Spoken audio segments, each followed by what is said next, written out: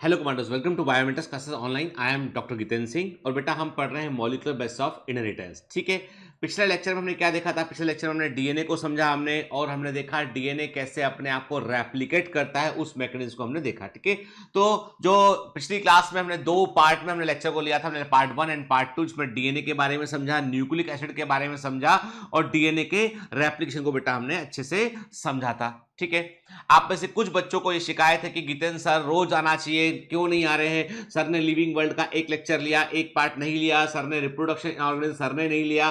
तो बेटा एक मैं आपको क्लियर कर दूं ये बात कि आप मुझे यदि सिर्फ और सिर्फ यदि आप मुझे सोचते हैं कि मैं सिर्फ पढ़ाता हूं या मैं सिर्फ टीचर हूं, तो आप बहुत बड़ी गलती करते हैं। I am the one of the teacher जो ऑथेंटिक फिजिशियन है, जो पढ़ाने के अलावा प्रैक्टिस भी करते हैं। और आपको बता दूं, इस समय मेरी हालत ये है कि आप मेरा वॉइस में भी आपको चेंज समझ में आ रहा होगा कि मैं दिन भर में 300-400 पेशेंट्स के साथ लगभग कंसल्टेशन कर रहा हूं। 300 से 400 पेशेंट्स हैं। कई ऐसे हैं जो हॉस्पिटलाइज हैं, वहां पर हॉस्पिटल में कोई देखने वाला नहीं है, तो वहां पे जो अटेंडिंग नर्स रहती है, जो वहां पे जो स्टाफ रहता है, उससे कोऑर्डिनेट करके उसे क्या ट्रीटमेंट देना है वो अरेंज कर रहे हैं। और उन लोगों को मैं जानता भी नहीं हूं। कुछ आसाम से हैं, कुछ जो है वो बरेली से हैं, तो कुछ जो है वो करीमनगर से हैं। मतलब पूरे इंडिया से पेशेंट हैं जिनको मैं देख रहा हूं इस समय। वो मेरे कोई नहीं लगते हैं, ना मेरे रिलेटिव हैं वो, ना मेरे जान पहचान वाले हैं वो। उनकी हेल्प मैं कर रहा हूं। और इसके अलावा 1 मिनट नंबर भी दे रखा है आपको, तो इवनिंग में आपके कॉल भी अटेंड करता हूं मैं। तो मतलब ये है। और मेरी सोसाइटी में यहाँ पर तकरीबन जो इस समय यहाँ पे 100 के आसपास पेशेंट होंगे पूरी विसिनिटी में के। जो पेशेंट के पास में जो है वो कोई फैसिलिटी के नाम पर सिर्फ मैं हूं जो वहां पर उनको मेडिसिन प्रोवाइड कर रहा है, और जो उनको कंसल्टेशन प्रोवाइड कर रहा है। अब आप सोच लीजिए कि ये काम ज्यादा इंपॉर्टेंट है या रिप्रोडक्शन इन ऑर्गेनिज्म का लेक्चर लेना इंपॉर्टेंट है? आप खुद तय कर लीजिए। आप जैसा बोलेंगे मैं वैसा कर लूंगा। आप बोलेंगे, देखिए मैंने पहले भी कहा है, ये पूरा क्रैश कोर्स 100% सिर्फ मैं लेने वाला था, लेकिन यहां पर मुझे शैल मैडम को लाना पड़ा, मुझे निधि को भी लाना पड़ा, उसके पीछे निधि मैडम को लाना पड़ा। उसके पीछे कारण यह था कि मेरे पास इस समय सबसे बड़ी प्रायोरिटी है कि मैं लोगों के जीवन को बचाने में कुछ कंट्रीब्यूट कर सकूं। सबसे बड़ी प्रायोरिटी है कि मैं लोगों को सही दवा दिलवाकर, उनके सिम्टम को पहचान कर उनको बोल सकूं, भाई तुम ये दवा खाओ, तुम ये दवा मत खाओ, तुमको ये प्रॉब्लम है तो ये दवा तुम्हें नहीं खानी है, तुम्हें ये दवा खानी है के। तो उनको मैं गाइडेंस दे सकूं। जब हमारा पूरा health care system almost verge of collapse पर है, लगभग जो है सिस्टम जो है वो फेलियर की तरफ बढ़ चुका है। और वहां पर जहां पर अस्पताल में एक बेड खाली होने के पीछे 100 लोगों की वेटिंग लगी हुई है कि एक बेड खाली होगा, तो 100 लोग जैक लगा रहे हैं कि कौन बेड को ले पाएगा। दवाएं गायब है मार्केट से। और आज जो हालत है कि जो अंत्येष्टि जहां होती, शमशान के बाहर जो है सड़कों पर जो है वो लाशें जलाई जा रही हैं। ये आपने न्यूज देखा होगा, गाजियाबाद का न्यूज है। तो आपको यदि इस पर भी आपको लगता है कि एक डॉक्टर को जो है अपनी रिस्पॉन्सिबिलिटी छोड़कर सिर्फ और सिर्फ जो है पैसे कमाने के लिए, अपना सब्सक्रिप्शन बेचने के लिए, अपने बच्चों को जो है वो ये कि भैया पढ़ लो ये बोलने के लिए उसको पेशेंट को छोड़कर आना पड़े, तो शर्म आती है मुझे अपने आप पर और आप पर। ठीक है, इसीलिए जितने बच्चे कंप्लेंट कर रहे हैं वो मेरे कमांडो नहीं हो सकते। और मैं बिल्कुल नहीं चाहता ऐसे बच्चों को अपने सिस्टम पर, बिल्कुल नहीं चाहता। I never appreciate this kind of student के। मुझे इतना पता होना चाहिए कि तुम्हारे जैसे नागरिक हैं जिन लोगों ने आज देश को यहां तक पहुंचाया, तुम्हारे जैसे नागरिक हैं ये वो सिटीजन हैं जो सिर्फ सेल्फिश हैं, किसी के बारे में नहीं सोच सकते। इसलिए आज हम जहां थे वहां पहुंच गए, हम जहां पहुंचना चाहिए था हमको। ठीक है, शर्म आती है मुझे, बहुत शर्म आती है मुझे कि बायोमेंटर्स के अब मैडम शैल मैडम के साउंड की क्वालिटी में अंतर आ रहा है। क्यों? क्योंकि भैया शैल मैडम तो जो है वो केवल टेस्ट का एक्सप्लेनेशन रिकॉर्ड कर रहा करती थी। उनको बोला गया मैडम आप पीपीटी प्रोवाइड कर रहे हैं, आप इसको रिकॉर्ड कर दो। पीपीटी में जो है वो एक टीम बनाती, कंटेंट टीम, वो उनके पास आता है, वो रिकॉर्ड करती है। और उनके पास चूंकि पूरा सेटअप उनके पास, आपने कहा आप पैनल दे दो टेस्ट देखने के लिए, वो पैनल प्रोवाइड किया उनको। बड़ा महंगा पैनल आता है, वो किसी प्रकार वहां पहुंचाया, उसको पर्सनल व्हीकल से अरेंज करके अहमदाबाद पहुंचाया। अब बाकी चीजें पहुंच गई हैं, लेकिन टेक्निकल टीम जो पूरा सिस्टम सेटअप करती है वो पहुंच ही नहीं पा रही है। मुंबई में लॉकडाउन है, अहमदाबाद में लॉकडाउन है। आपको साउंड में वो पंखे की आवाज आ रही है। अरे शर्म आती है यार तुमको। तुम मतलब इतना सेल्फिश कैसे हो सकते हो तुम के? ठीक है, मत पढ़ो, जाओ भाई बायोमेंटर से बाहर, बिल्कुल मत पढ़िए बायोमेंटर्स आपके लिए नहीं है। ठीक है, ये उसके लिए जो समर्पित है उसके लिए, बिल्कुल नहीं है। मत पढ़िएगा, बिल्कुल मत आइएगा। डिसलाइक करके जाइएगा, अनसब्सक्राइब करके जाइएगा। ठीक है, आपको पढ़ना है तो डिसिप्लिन में रहना है आपको। ठीक है, आपको पढ़ना है तो आपको देश के बारे में सोचना है, अपने आसपास के लोगों के बारे में सोचना है। स्वार्थी मत बनिए, स्वार्थी बनेंगे तो आपका हाल और बुरा होगा। समझ गए? सेल्फिश मत, मैं सेल्फिश लोगों के लिए बिल्कुल भी नहीं हूं। मैं सिर्फ इतना सोचता हूं कि आज क्या प्रायोरिटी है, क्या इंपॉर्टेंट चीज है, वो मैं सोचता हूं। इसलिए याद रखिए कि आपके हर एक कमेंट का दिल पर गहरा असर पड़ता है इसका। जब मैं देखता हूं ऐसे बच्चे जुड़े मेरे साथ में, तो मुझे अपने आप पर शर्म आती है। मुझे लगता है क्या मैं गलत दिशा में मेहनत कर रहा हूं, क्या मुझे ये सब छोड़ नहीं देना चाहिए। दुखी होकर बात बोल रहा हूं ये आपसे मैं, सोचिएगा जरूर उठ के। लिखते हैं कमेंट कि टीचर्स आउटडेटेड हैं, टीचर्स 90s के दशक के हैं। शर्म आती है तुम्हारे पिताजी भी उसी दशक के हैं भाई, तुम्हारे जो है घर के बड़े भी उसी दशक के हैं। तुम हमको जो 25-25 साल का एक्सपीरियंस वाले लोग हैं, उनको तुम जो है वो लाइट दिखा रहे हो कि ये पढ़ा दो ये पढ़ा दो। अरे तुम हो कौन, तुम्हें आता क्या है बताओ मेरे को। सच्चाई तो यही है। बोलूंगा, बिल्कुल बोलूंगा, काट के इसको डाल देना। आप बोलना इसको कि ये तो बहुत एरोगेंट होकर बात करें। मैं एरोगेंटली में बात नहीं कर रहा हूं, मैं बात कर रहा हूं कि आप देखो वक्त, देखो जरा क्या वक्त चल रहा है। देखो अपने पड़ोस में, मोहल्ले में खिड़की खोल के देखो तो आसपास क्या हो रहा है। ऐसे में मैं एक पे एक नया कोर्स लॉन्च करूं, ये वाला कोर्स ले लो, ये वाला कोर्स ले लो, ये 3000 का है, ये 4000 का है, ये 5000 कोर्स ले लो, ये आके बातें करूं आपसे मैं आके आपको चुटकुले सुनाऊंगा आके मैं क्या करूं बताइए। रिस्पॉन्सिबिलिटी आप बताइए ना, मुझे क्या करना क्या चाहिए, जरूर बताइए करके कि मुझे करना क्या चाहिए। चलिए, तो अभी हम जो है लेक्चर में, मतलब मैं जब कभी देखता हूं इस तरह के कमेंट तो मेरा मूड ऑफ हो जाता है, और मुझे फिर लगता है कि मुझे तो आना ही नहीं चाहिए आपके सामने, जहां पर जो है वो इस प्रकार की मानसिकता लेके हम चल रहे हैं। तो मुझे ऐसा लगता है कि वहां पर तो मेरा कोई रोल ही नहीं है, कि वहां मैं कुछ नहीं कर सकता आपके। कहां पत्थरों के में से मैं जो है वो जान फूकने की कोशिश कर रहा हूं। सोचिएगा जरूर बेटा, ठीक है, क्योंकि देखिए ये बात एक गुरु, एक बिजनेसमैन नहीं बोल रहा है। ये धंधे वाला आदमी होगा तो कभी नहीं बोलेगा ये बात के, ये बिजनेसमैन नहीं बोल रहा है, ये एक डॉक्टर बोल रहा है। अपने पीछे वाले आने वाली जनरेशन को देख के वो दुख व्यक्त कर रहा है कि हम क्या इतने गैर संवेदनशील हैं कि हम छोटी छोटी बातों का इशू बनाते हैं। हम ये नहीं सोचते कि सर आप जो कर रहे हो वो कर रहे हो, तो वो आप बोलते हो नहीं आए क्यों, है खत्म होने वाला बायोमेंटर, वो तो आ ही नहीं रहा गीतन तो पढ़ाने के लिए। ठीक है भाई, है ना, सोच लीजिए आप ये चीज। मैं पढ़ाने आया हूं, जरूर आऊंगा। ये मेरा क्लासेस है, मेरा वेंचर है, 100% मेरा है, 100% मैं इसमें एफर्ट करता हूं। कोई एंडिंग फंडिंग नहीं है बाहर से, कोई बाहर का वेंचर कैपिटलिस्ट नहीं है, कोई हजारों करोड़ का फंड नहीं है। छोटा सा ऑर्गेनाइजेशन है, मैं रन करता हूं इसको। मेरी आत्मा, मेरा सोल, मेरा सब कुछ इसके अंदर लगा हुआ है, बायोमेंटर्स के अंदर। फिर आपको उसके बाद जो सोचना है सोचते रहिए, कोई फर्क नहीं पड़ता मुझे, कोई फर्क नहीं पड़ता मुझे के। लीस्ट बॉदर, एक बच्चा होगा, एक बच्चा पढ़ाएंगे। नहीं चाहिए 10 मिलियन सब्सक्राइबर, नहीं चाहिए 1 मिलियन सब्सक्राइबर, नहीं चाहिए हमको बिल्कुल भी। हमको चाहिए है एक बच्चा जिसमें कुछ बदलने की चाहत है, वो चाहिए। हम बिकाऊ नहीं है, ठीक है, और हम आपके कहने पर डांस करने वाले भी नहीं है, ठीक है। इसलिए पढ़िए, कमांडो बनिए, अपने कमांडर को उंगली मत दिखाइए, कमांडो बनिए, सच्चे कमांडो बनिए, मेहनत कीजिए। चलिए, है ना। अब आज बेटा हम चेक लेक्चर नंबर 3 में क्या बात करने वाले, मतलब पार्ट 3 में क्या बात करने वाले हैं। आज हम बात करेंगे डीएनए और आरएनए की बात करेंगे। आज बेसिकली हम आरएनए पर बात करेंगे, ठीक है। मैंने जो डाटा है उसको सोचिएगा जरूर उस बात को, ठीक है। मतलब हर बार आप तब पता नहीं, इतने क्राइसिस के समय में, एक तो मैं आपको बता दूं, मेरा मूड भी बहुत ऑफ रहता है। मैं घर में भी आजकल मैं जो है वो थोड़ा सा, क्योंकि मैं जब देखता हूं अपने आसपास तो मुझे बहुत बुरा लगता है। I lost few days back एक 30-32 साल का हस्बैंड, 30 साल की उसकी वाइफ, दोनों खत्म हो गए। ऐसे ऐसे पेशेंट जब देखते हो ना आप अपने जान पहचान वालों को, तो आप सोचो कैसा लगता होगा। फिर आप तुम लिखते हो साउंड का क्वालिटी सर नहीं आए, शर्म आती है मुझे। मेरा मन करता है कहीं तकिए में मुंह रख के आधे 1 घंटे रोगे, कुछ कर सकते कि नहीं कर सकते बताओ, क्या कर सकते बताओ, कुछ बताओ ना, क्या करें बताओ। ऐसे लोगों को मरने छोड़ देंगे सड़कों पे बताओ। झूठे आंकड़े बताएंगे, 500 मर रहे हैं, 5 बता रहे हैं कि 5 लोग। अखबार वाले लिखते हैं कि भाई हम वहां लिख के आए, देखो 300 लोग बॉडी डल रही है, हमारे यहाँ लिखा था 7 लोग। वो गिनती में ही नहीं है यार, गिनती में ही नहीं है, और तुम बात करते हो बड़ी है ना। 2 मिनट,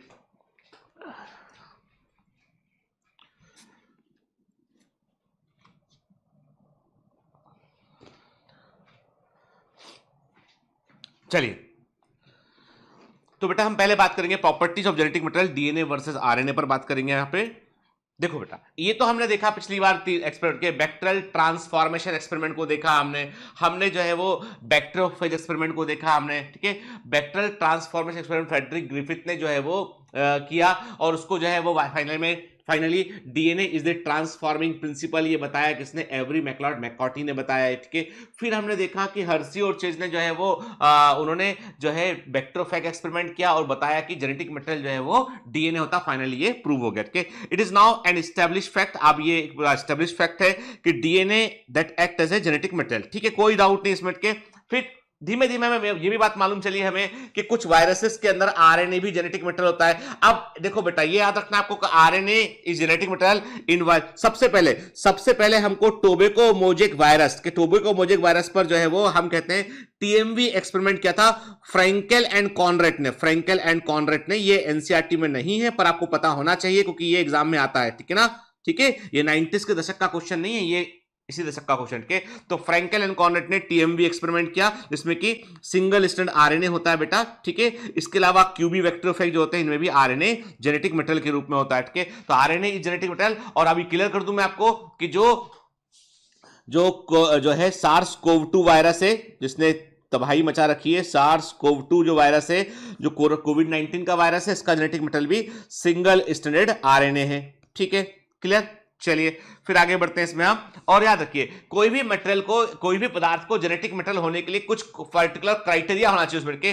जैसे मैंने कहा कि for a molecule to act as genetic material it must fulfil the following criteria. यानी कोई भी पदार्थ जिसको हम जेनेटिक मटेरियल कह रहे हैं उसके पास कुछ पर्टिकुलर क्राइटेरिया होना चाहिए कि जिसको वो फुलफिल करता हो। क्या क्राइटेरिया होगा? देखो, it should B number one ये है कि इसके पास वो कैपेबिलिटी होना चाहिए कि ये अपने आप को रेप्लिकेट कर सके। It should be able to generate its replica, ये अपने आप को रेप्लिकेट कर सके, इसमें रेप्लिकेशन की कैपेबिलिटी होना चाहिए। मतलब इट कैन डुप्लीकेट इटसेल्फ, ये अपना द्विगुणन कर सके, अपने आप को जो है वो अगली पीढ़ी में पहुंचा सके, ये कैपेबिलिटी होना चाहिए। तो पहला क्या कैरेक्टर क्या हो गया इसका पहला कैरेक्टर इसका हो गया बेटा कि ये रेप्लिकेट कर पाता हो, ठीक है, याद रखिएगा। जैसे अब देखो, डीएनए और आरएनए दोनों में ये कैपेबिलिटी है, डीएनए में भी कैपेबिलिटी है ये और आरएनए में भी कैपेबिलिटी है कि ये अपने आप को रेप्लिकेट कर सकते हैं, अपना खुद का कॉपी ये तैयार कर सकते हैं, ठीक है।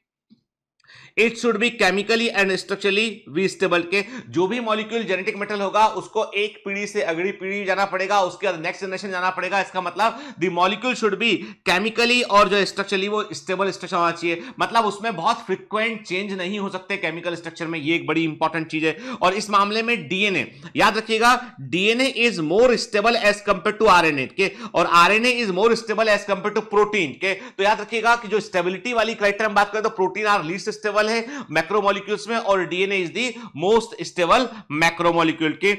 It should provide the scope of slow changes, के इसमें जो है वो धीमे धीमे परिवर्तन होना चाहिए इसमें, जो कि इवोल्यूशन के लिए जरूरी है के। एंड म्यूटेशन का स्लो रेट के, याद रखिएगा, स्लो रेट ऑफ म्यूटेशन जो है वो इसमें होना चाहिए ताकि ग्रेजुअली इवोल्यूशन हो सके। अब आप बोलोगे सर ये यदि स्लो की बजाय फास्ट चेंज होगा तो और अच्छा है, आप तो ये सोच रहे होगे कि फास्ट चेंज होगा तो और अच्छा है। बेटा क्या होता है, जो फास्ट चेंज होंगे ना वो इन्वायरमेंटल कंडीशन के साथ अपने आप को सेट नहीं कर पाएंगे।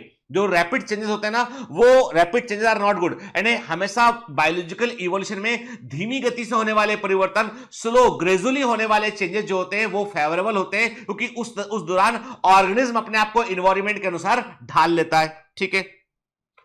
फिर it should be able to express itself in the form of Mendel character, ये अपने आप को मेंडल के कारकों के समान व्यक्त करता हो। मतलब it should have some character and it should express करता हो अपने आप को ये, और responsible for a particular character, एक लक्षण के लिए रिस्पॉन्सिबल होता हो। ये एक बड़ी जरूरी इंफॉर्मेशन है इसमें बेटा, ठीक है, clear. If one examine each requirement one by one because of the rule of base pairing and complementarity, both the nucleic acid DNA RNA have able to direct their duplication। तो देखो simple सी बात है, यदि हमने इन criteria को जो है वो अप्लाई किया तो हम पाते हैं कि डीएनए और आरएनए दोनों कॉम्प्लीमेंट्री बेस पेयरिंग के नियम को जो है वो का पालन करते हैं और अपनी कॉपी को जनरेट कर सकते हैं। तो मतलब ये क्राइटेरिया को फुलफिल करते हैं। तो जबकि प्रोटीन ऐसा नहीं कर सकते हैं, तो डीएनए और आरएनए को न्यूक्लिक एसिड की क्राइटेरिया में क्या पहला क्राइटेरिया था कि अपने आप को डुप्लीकेट कर सके, उसमें डीएनए आरएनए सही सिद्ध हुए, जबकि प्रोटीन ऐसा नहीं कर पाया अटके। लेकिन याद रखिएगा यहां पर एक एक्सेप्शन है, प्लीज रिमेंबर दैट, यहां पर एक एक्सेप्शन है, कभी कभी एग्जामिनर जो है पूछ लेता है इस चीज को, यहां पर एक एक्सेप्शन है, एक ऐसा प्रोटीन जो अपने आप को, एक ऐसा प्रोटीन जो अपने आप को रेप्लिकेट कर सकता है, वो है प्रियॉन्स, वो है प्रियॉन्स के। प्रियॉन्स ऐसे प्रोटीन है जो अपने आप को रेप्लिकेट करते हैं, और ये आज भी बायोलॉजिस्ट के लिए क्वेश्चन मार्क है, आज भी ये जीव विज्ञान में एक क्वेश्चन मार्क है कि ऐसा कैसे हो जाता है के। पर हम इस एक्सेप्शन को छोड़ दें तो बाकी सभी में हम कहते हैं बाकी प्रोटीन जो है वो अपने आप को रेप्लिकेट नहीं कर पाते हैं, ठीक है। फिर दूसरा क्राइटेरिया था कि जेनेटिक मटेरियल स्टेबल होना चाहिए, तो genetic material should be stable enough not to change with the different stage of the life cycle, as or more change in the physiology of the organism के। मतलब genetic material ऐसा नहीं होना चाहिए कि आज मान लीजिए गर्मी में बैठ गए तो जेनेटिक मटेरियल चेंज हो गया, कल ठंडी में चले गए तो मटेरियल वहां चेंज हो गया अटके, ठीक है। तो इतनी स्टेबिलिटी होना चाहिए कि नॉर्मल बॉडी फिजियोलॉजी के अनुसार, उम्र के अनुसार, लाइफ साइकिल के अनुसार वो अपने आप को स्टेबल रख सके, उसमें फ्रीक्वेंट चेंजेस उसके अंदर नहीं होना चाहिए, और डीएनए और आरएनए इसमें सही सिद्ध होते हैं अटके। फिर देखो वो कहते हैं कि एक बड़ी अच्छी बात है कि ग्रिफिथ के ट्रांसफॉर्मिंग प्रिंसिपल में हमने पूरे बैक्टीरिया को लेके उबाल दिया, हमने बैक्टीरिया को हीट किल्ड कर दिया, गर्म करके मार दिया, सब कुछ डिस्ट्रॉय हो गया, उसका प्रोटीन डिस्ट्रॉय हो गया, बैक्टीरिया मर गया, प्रोटोप्लाज्म खत्म हो गया, लेकिन डीएनए उसके बावजूद जो है ट्रांसफॉर्मिंग प्रिंसिपल के रूप में काम किया, उसने आर सेकंड को एस थर्ड में कन्वर्ट किया। मतलब डीएनए उबालने के बावजूद डीएनए का स्टेबिलिटी जो है बना हुआ था, मतलब वो डिस्ट्रॉय नहीं हुआ जेनेटिक मटेरियल, ये एक बड़ी इंपॉर्टेंट बात थी। फिर हम कहते हैं कि यदि सिंपल सी बात है कि दिस नाउ कैन बी, अब देखो सिंपल, अब वो कहते हैं कि ऐसा कैसे हो गया, जब डीएनए को गर्म किया तो डीएनए के दोनों स्ट्रैंड जो है वो दोनों स्ट्रैंड किस बॉन्ड से जुड़े थे बेटा, हमने पिछली क्लास में पढ़ा कि दोनों स्ट्रैंड के बीच में हाइड्रोजन बॉन्ड है। जब डीएनए को गर्म किया दोनों स्ट्रैंड उसके अलग अलग हो गए, अलग अलग उसके स्ट्रैंड हो गए, अलग अलग उसके स्ट्रैंड हो गए, डीएनए के स्ट्रैंड दोनों अलग अलग हो गए बेटा के। जब डीएनए को ठंडा किया आपने, वापस जुड़ के डबल स्ट्रैंड बन गया, वापस हाइड्रोजन बॉन्ड बन गया। मतलब ये है कि जब आप डीएनए को गर्म करते हो तो मेल्टिंग ऑफ डीएनए हो जाती है, डीएनए मेल्ट आता है, उसके हाइड्रोजन बॉन्ड टूट जाते हैं, दोनों स्ट्रैंड अलग अलग जाते हैं। जब डीएनए ठंडा होता है तो वापस से जुड़ जाते हैं। ये लेवल है स्टेबिलिटी का, मतलब इतना स्टेबल मॉलिक्यूल है डीएनए, ठीक है। फिर आरएनए डीएनए की तुलना में मोर रिएक्टिव है, याद रखिए कि आरएनए डीएनए की तुलना में मोर रिएक्टिव होता है। आरएनए की स्टेबिलिटी डीएनए की तुलना में जो है वो कम होती है, क्योंकि आरएनए के पास में एक एक्स्ट्रा हाइड्रोक्सिल ग्रुप होता है जो रिएक्शन के लिए हमेशा तैयार रहता है, इसलिए आरएनए एंजाइम के समान भी काम कर लेता है। और एक एंजाइम है जो आरएनए से बना होता है, उसका नाम है ribozyme. Ribozyme is the enzyme जो कि आरएनए से बना होता है, ठीक है। जो आरएनए जो कि वास्तव में क्या होता है, जो कि वास्तव में कैटालिटिक आरएनए होता है। अब आरएनए में ये प्रॉपर्टी क्यों आती है, उसके पास में एक रिएक्टिव ग्रुप होता है, वो है सेकंड कार्बन, यानी राइबोज शुगर के सेकंड कार्बन पर प्रेजेंट जो हाइड्रोक्सिल ग्रुप होता है वो रिएक्टिव ग्रुप होता है, और ये कई रिएक्शन में पार्टिसिपेट कर सकता है। Further the 2' hydroxyl group present in every nucleotide of RNA is a reactive group and make RNA labile and easily degradable के। वो कहता है आरएनए तापमान के प्रति भी संवेदनशील होते हैं और ये आसानी से डिस्ट्रॉय हो सकते हैं, क्योंकि इसके पास में रिएक्टिव ग्रुप होता है के, और आरएनए इसीलिए जो है वो कैटालिटिक भी होते हैं। क्लियर, ठीक है। चलिए, डीएनए जो होता है वो आरएनए की तुलना में केमिकली लेस रिएक्टिव होता है, स्ट्रक्चरली मोर स्टेबल होता है के। तो हम कह सकते हैं कि यदि जेनेटिक मेटेरियल की बात आती है तो हमेशा हम बोलेंगे कि DNA is the more stable molecule, more reliable molecule. तो हम कहते हैं कि DNA is a better genetic material as compare to the RNA, इसलिए डीएनए को फेवर किया गया। केवल कुछ वायरस को छोड़ दो तो सभी ऑर्गेनिज्म में जेनेटिक मेटेरियल क्या होता है, डीएनए होता है, ठीक है। Clear. In fact the presence of thymine at the place of uracil also confer additional stability to DNA।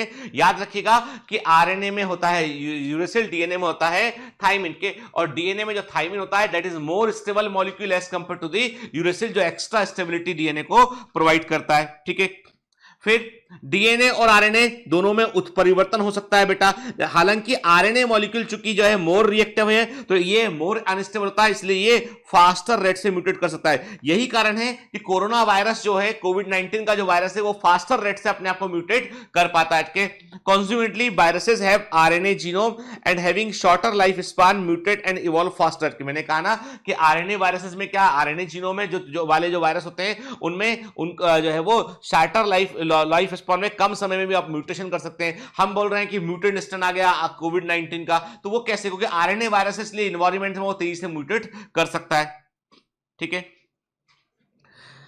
RNA can directly code for the synthesis of protein, hence can easily express the character के RNA जो होते हैं ये सीधे protein को code कर सकते हैं। याद रखिए बेटा, यानी हमें मालूम है डीएनए के टेम्पलेट पे आरएनए बनता है, आरएनए के टेम्पलेट पे प्रोटीन बनता है। याद रखिए, प्रोटीन बनाने के लिए डीएनए सीधा काम नहीं कर सकता है। डीएनए को प्रोटीन बनाना है तो हमेशा आरएनए के थ्रू काम करना पड़ेगा, पर आरएनए सीधा प्रोटीन बनाने के लिए काम कर सकता है। तो RNA directly code for protein.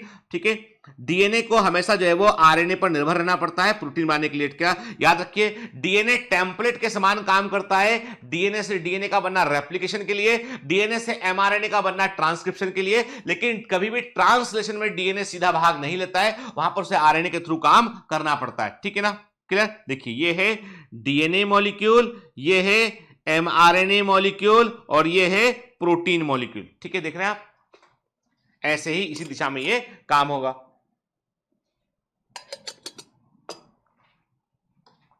ठीक, दी protein synthesising machinery has evolve around RNA.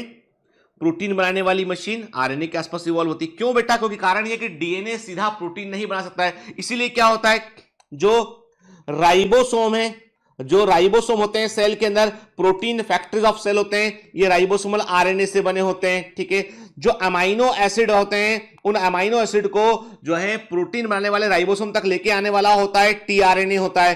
फिर जो डीएनए की सूचना लेकर साइटोप्लाज्म में आता है और उन सूचनाओं को, इंफॉर्मेशन को पढ़कर उन सूचनाओं के आधार पर प्रोटीन बनता है, वो होता है एमआरएनए होता है। तो एमआरएनए, आरआरएनए, टीआरएनए तीनों प्रोटीन सिंथेसिस में इन्वॉल्व होते हैं। ठीक है, हम कहते हैं कि आरएनए और डीएनए दोनों जेनेटिक मटेरियल के रूप में काम करते हैं। ठीक है, यदि आरएनए नहीं होगा तो डीएनए भी अपनी सूचनाओं को बाहर एक्सप्रेस नहीं कर पाएगा, क्योंकि उसको भी अपनी इंफॉर्मेशन को एक्सप्रेस करने के लिए आरएनए की जरूरत होती है। ठीक है, but the DNA being more stable is preferred for the storage of the genetic information के for transmission of genetic information RNA is better के। देखो सिंपल, अब यहां पर एक अच्छा एमसीक्यू बनता है बेटा। यहां पर वो अच्छा एमसीक्यू क्या होता है बेटा? हम कहते हैं कि जेनेटिक इंफॉर्मेशन को यदि स्टोरेज के, हम स्टोरेज के समान बात करें यहां पे हम, ठीक है, स्टोरेज के फॉर्म में बात करें तो DNA molecule is behave like a vault. ये एक वॉल्ट के समान काम करता है, एक अलमारी के समान काम करता है, जिसमें सूचनाओं को हम स्टोर कर देते हैं। क्या? ठीक है, फिर आरएनए मॉलिक्यूल क्या करता है? वो ट्रांसमिशन ऑफ इंफॉर्मेशन में RNA molecule important role play करता है। तो डीएनए से आरएनए का बनना ट्रांसक्रिप्शन कहलाता है बेटा। ठीक है, आरएनए से प्रोटीन का बनना ट्रांसलेशन कहलाता है बेटा। ठीक है ना, तो हम कहते हैं कि यहां पर डीएनए, और याद रखिए एक चीज और होती है, कभी कभी आरएनए के टेम्पलेट पर डीएनए बनता है, उस प्रोसेस को हम रिवर्स ट्रांसक्रिप्शन कहते हैं। जब आरएनए के टेम्पलेट पर डीएनए बनता है उसे रिवर्स ट्रांसक्रिप्शन कहते हैं। कुछ वायरसेस ऐसे होते हैं जिनके पास आरएनए होता है और वो डीएनए का निर्माण कर लेते हैं, तो वो रिवर्स ट्रांसक्रिप्शन के थ्रू ऐसा कर पाते हैं। ठीक है, रिट्रोवायरस उसके सबसे अच्छे एग्जाम्पल होते हैं। अब बात करते हैं हम आरएनए वर्ल्ड के बारे में, आरएनए संसार के बारे में। What is the meaning of RNA world? याद रखिएगा, इसका मतलब यह है कि प्रकृति में जब भी न्यूक्लिक एसिड बने तो सबसे पहले न्यूक्लिक एसिड बने वो थे RNA. RNA were the first nucleic acid के, पहला जो न्यूक्लिक एसिड इवॉल्व किया वो आरएनए था, उसके बाद डीएनए बनाया। आरएनए के पहले बनने के पीछे दो फायदे थे। पहला था कि आरएनए अपनी कॉपी तैयार कर पा रहा था, मतलब अपने आप को डुप्लीकेट कर लिया करता था। साथ में ये इसके पास में, चूंकि खुद इसके पास में कैटालिटिक प्रॉपर्टी होती है, खुद ये एंजाइम के समान व्यवहार कर सकता है, तो बाहर से किसी एंजाइम की रिक्वायरमेंट भी नहीं थी इसको। तो आरएनए वर्ल्ड क्या बोलता है कि दुनिया में जो कुछ बना है ना, उसके बनने की शुरुआत, जीवों के जीवन की शुरुआत आरएनए के साथ में हुई है। तो इस थ्योरी को हम आरएनए वर्ल्ड कहते हैं। कि क्या लिखा देखो, एनसीईआरटी के अकॉर्डिंग बात करते हैं। बिल्कुल हम 100% बेटा हम एनसीईआरटी के अकॉर्डिंग बात कर रहे हैं, ठीक है ना। ठीक,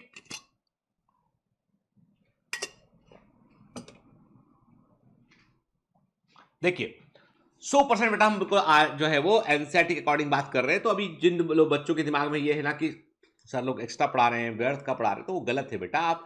आप एक बार यदि कोर्स ठीक से पढ़े तो देखिए ना क्या किस लेवल का एग्जाम में पेपर आता है। कि हमें सिलेक्ट होना है, हमें जो है वो स्पामर नहीं बनना है। कई बच्चे मैं देख रहा हूँ पिछले कुछ दिनों से, पिछले 6 महीने 8 महीने से जो है मैंने ट्रेंड देखा है कि देयर आर स्टूडेंट जो सो कॉल्ड, वो स्टूडेंट नहीं है, वो स्पामर है, वो पेड स्पामर हो सकते हैं, कोई भी हो सकते हैं, या अनपेड हो सकते हैं, व्हाट इन्फ्लुएंसर के इन्फ्लुएंस हो सकते हैं, वो आके कहीं ना कहीं स्पाम करते हैं उठ के, और उस स्पाम से बाकी लोगों का ध्यान भटकता है। तो ऐसे कई स्पामर्स को हम लोगों की टीम ने भी आइडेंटिफाई किया कि भाई ये स्पामर्स हैं, उनको धीमे धीमे ग्रेजुअली वो सिस्टम से हटाते रहते हैं स्पामर्स को उठ के। तो हमको क्या करना है, हमें ये स्पामर्स का सिर्फ एक पर्पस होता है कि वो आपको डिस्ट्रैक्ट करें और उनका जो मनचाहा एप्लीकेशन है या मनचाहा जो भी यूट्यूब चैनल है वहां तक लेके जाएं, और वो अपने फायदे के लिए लोगों को भटका रहे होते हैं। मैंने ये ट्रेंड देखा कि जो ये ट्रेंड मैंने पहली बार ऑब्जर्व किया, मैंने कुछ दिनों पहले, मुझे कुछ और यूट्यूबर हैं जो मेरे मित्र हैं जो एजुकेशन में ही हैं, उन्होंने भी मुझे कभी, मित्र मतलब ऐसी जान पहचान हो गया भी, कभी उन्होंने फोन किया किसी चीज के लिए, कभी मेरी बात हुई, वो भी बताया कि स्पामर से वो लोग भी अपने लाइव सेशन में बड़े परेशान रहते हैं, स्पामर बीच में आते हैं और लाइन से कमेंट करना शुरू कर देते हैं। तो मैं आपसे कहता हूं कि बेटा इस तरह के स्पैमर से बिल्कुल भी इन्फ्लुएंस मत हुई, क्योंकि ये लोग जो है ये किसी पर्पस के थ्रू काम कर रहे होते हैं, they are having a hidden agenda, कोई उनका होता है, उसके थ्रू काम कर रहे होते हैं। मैं इतना बोलूंगा कि कभी आप कोई नेगेटिव कमेंट देते हैं और वाकई आप फील करते हैं कि Biomentors is close to your heart, it is like a family, तो उस कमेंट का बहुत पॉजिटिव जवाब दीजिए, खाली मत छोड़िए, ठीक है। आप सभी लोग यदि बायोमेंटस का एप्लीकेशन इस्तेमाल करते हैं तो प्लीज जाइए और उसका पॉजिटिव रिव्यूज दीजिए एप्लीकेशन के, ठीक है। मैं आपसे इसलिए कह रहा हूं क्योंकि क्या होता है कि कई बार है ना, नेगेटिव वाले लोग नेगेटिविटी कर जाते हैं पर पॉजिटिविटी वाले लोग चुप रहते हैं। अच्छा करने वाले लोग यदि चुप रहेंगे ना, शांत रहेंगे ना, तो बुरा करने वाले लोगों को शह मिलती है उससे, ठीक है। हमें उसको पॉजिटिविटी के साथ जवाब देना है, ठीक है। चलिए, तो अभी क्लियर कर दूं मैं आपको बेटा, हम ये एनसीईआरटी के अकॉर्डिंग चल रहे हैं। तो RNA was the first genetic material, कोई डाउट नहीं इसमें, हमको there is now enough evidence to suggest that essential life process जैसे कि मेटाबॉलिज्म, ट्रांसलेशन, स्प्लाइसिंग, ये सब आरएनए के आसपास चलते हैं। मतलब सोचिए आरएनए इतना इंपॉर्टेंट है कि आरएनए स्प्लाइसिंग की प्रोसेस क्या होती है वो भी देखेंगे हम, वो करता है, ट्रांसलेशन में रोल प्ले करता है, मेटाबॉलिज्म में रोल प्ले करता है, मतलब आरएनए जो है वो बड़ा इंपॉर्टेंट रोल प्ले करता है। भाई सिंपल सी बात है, यदि आरएनए ना होता तो ट्रांसलेशन ना हो पाता, ट्रांसलेशन ना हो पाता तो प्रोटीन ना बन पाता, प्रोटीन ना बन पाता तो एंजाइम नहीं बन पाते। तो सब कुछ फाइनल कंट्रोल तो डीएनए और आरएनए के पास ही है, ठीक है।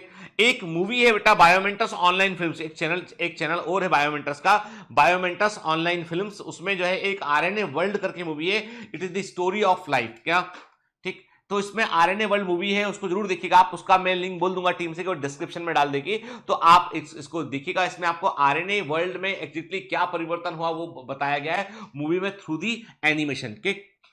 चलिए, तो अब हम बात करें RNA used to act as a genetic material as well as a catalyst, के आरएनए एक आनुवांशिक पदार्थ के रूप में काम करता है, एक कैटलिस्ट के रूप में काम करता है, कई सारी बायोकेमिकल रिएक्शंस में जो है as a catalyst role play करता है, और ये एक ऐसा एंजाइम होता है जो आरएनए से बना होता है, प्रोटीन से बना हुआ नहीं होता है बेटा, ठीक है ना। तो ये बात भी हमें मालूम है और हमने इसका एग्जाम्पल भी देखा हुआ है। इसका एग्जाम्पल क्या है बेटा, इसका एग्जाम्पल है राइबोजाइम इज दी एग्जाम्पल, ठीक है बेटा, भूलिएगा नहीं, एग्जाम में आता है, याद रखना हमको, ठीक। माफ कीजिए बीच में डिस्टर्ब करने के लिए। तो कैसा लगा आपको ये लेक्चर? अच्छा लगा तो चलो चैनल सब्सक्राइब करते हैं और बेल आइकन प्रेस करते हैं। औरों तक पहुंचाने में हमारी मदद कीजिए, शेयर कीजिए और सब्सक्राइब कीजिए, क्योंकि बायोमेंटर्स आपका अपना परिवार है। बाय बाय, चलो कंटिन्यू करते हैं।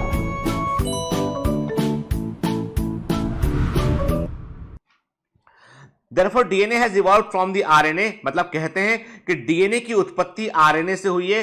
केमिकल मॉडिफिकेशन के बाद क्या मॉडिफिकेशन किए गए कि आरएनए के जो राइबोस शुगर से जो है एक जो रिएक्टिव हाइड्रोक्सिल ग्रुप था सेकंड कार्बन पे, उसको हटा दिया गया, एक तो ये चेंज किया गया। दूसरा, यूरोसिल की बजाय थाइमिन बना दिया गया, दूसरा चेंज किया। तीसरा, सिंगल स्ट्रैंड की बजाय उसको डबल स्ट्रैंड में कन्वर्ट कर दिया, तीसरा चेंज ये किया। तो ये क्या हो गया, ये डबल स्ट्रैंडेड हो गया। कॉम्प्लीमेंट्री स्ट्रैंड जो होती है वो फर्दर चेंजेस को रोकती है, उठके, तो कहने का मतलब है रिपेयरिंग को फास्ट करती है। तो कहने का मतलब ये कि जब आरएनए से डीएनए इवॉल्व हुआ तो क्या परिवर्तन हुए होंगे आपके अनुसार? जब आरएनए से डीएनए इवॉल्व हुआ तो पहला परिवर्तन तो हुआ कि राइबोस शुगर डीऑक्सीराइबोज में कन्वर्ट हो गई, सेकंड कार्बन पर हाइड्रोक्सिल ग्रुप को हटा दिया गया हमने, फिर यूरोसिल को हमने जो है थाइमिन में कन्वर्ट कर दिया हमने, जो कि 5 मिथाइल यूरोसिल था, मोर स्टेबल था। तीसरा, हमने सिंगल स्ट्रैंड को डबल स्ट्रैंड में कन्वर्ट कर दिया, जिससे कि रिएक्शन होने की संभावनाएं कम से कम हो जाए और मॉलिक्यूल को स्टेबिलिटी मिल जाए, ठीक है।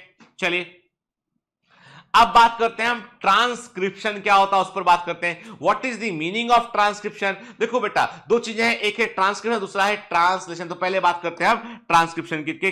ये क्या मतलब है? इसका मतलब है कि डीएनए के टेम्पलेट पे, इसका मतलब क्या है बेटा? इसका मतलब है कि डीएनए, इसका मतलब है कि डीएनए के टेम्पलेट पर, डीएनए के टेम्पलेट पर जो है वो आरएनए का बनना, दैट इज दी ट्रांसक्रिप्शन के। इसमें एंजाइम क्या लगेगा? क्योंकि आरएनए बन रहा है तो आरएनए, और कैसे बन रहा है? वो न्यूक्लियोटाइड के जुड़ने पर पॉलीन्यूक्लियोटाइड बन रहा है, तो हम बोलेंगे आरएनए पॉलीमरेज यहां पर रोल प्ले करेगा, यहां पर आरएनए पॉलीमरेज रोल प्ले करेगा। तो आरएनए पॉलीमरेज होता है वो ट्रांसक्रिप्शन में इन्वॉल्व होता है, वो डीएनए के टेम्पलेट पर आरएनए का निर्माण करता है। ठीक है बेटा, क्लियर? याद रखेंगे चीज को हम। ठीक, अब यहां पर भी the principle of complementarily govern the process of the transcription except the adenosine now form base pair with the uracil instead of thymine के। मतलब यहां पे rule of base pairing follow होता है, जैसे डीएनए में rule of base pairing follow होता है, वही रूल ऑफ बेस पेयरिंग के थ्रू जो है आरएनए का निर्माण होता है। जैसे हमने देखा था कि डीएनए का रेप्लिकेशन होगा तो डीएनए के टेम्पलेट पर नया डीएनए बनेगा, यहां पर भी जो है डीएनए के टेम्पलेट पर एमआरएनए बनेगा, और यहां पर सिर्फ इतना फर्क होगा कि एडेनिन के सामने थाइमिन का पेयरिंग नहीं होगा, बल्कि एडेनिन के सामने यूरेसिल का पेयरिंग होगा। ठीक है, या थाइमिन के सामने एडेनिन आएगा, यहां पे ये होगा। ठीक है, क्लियर? तो देखिए ध्यान से, तो ये ट्रांसक्रिप्शन को, तो ये छोटा छोटा सा इमेज है बेटा, इसको ध्यान से देख लीजिएगा, इसको ना समझने में आसानी होती चीजों को। ठीक है,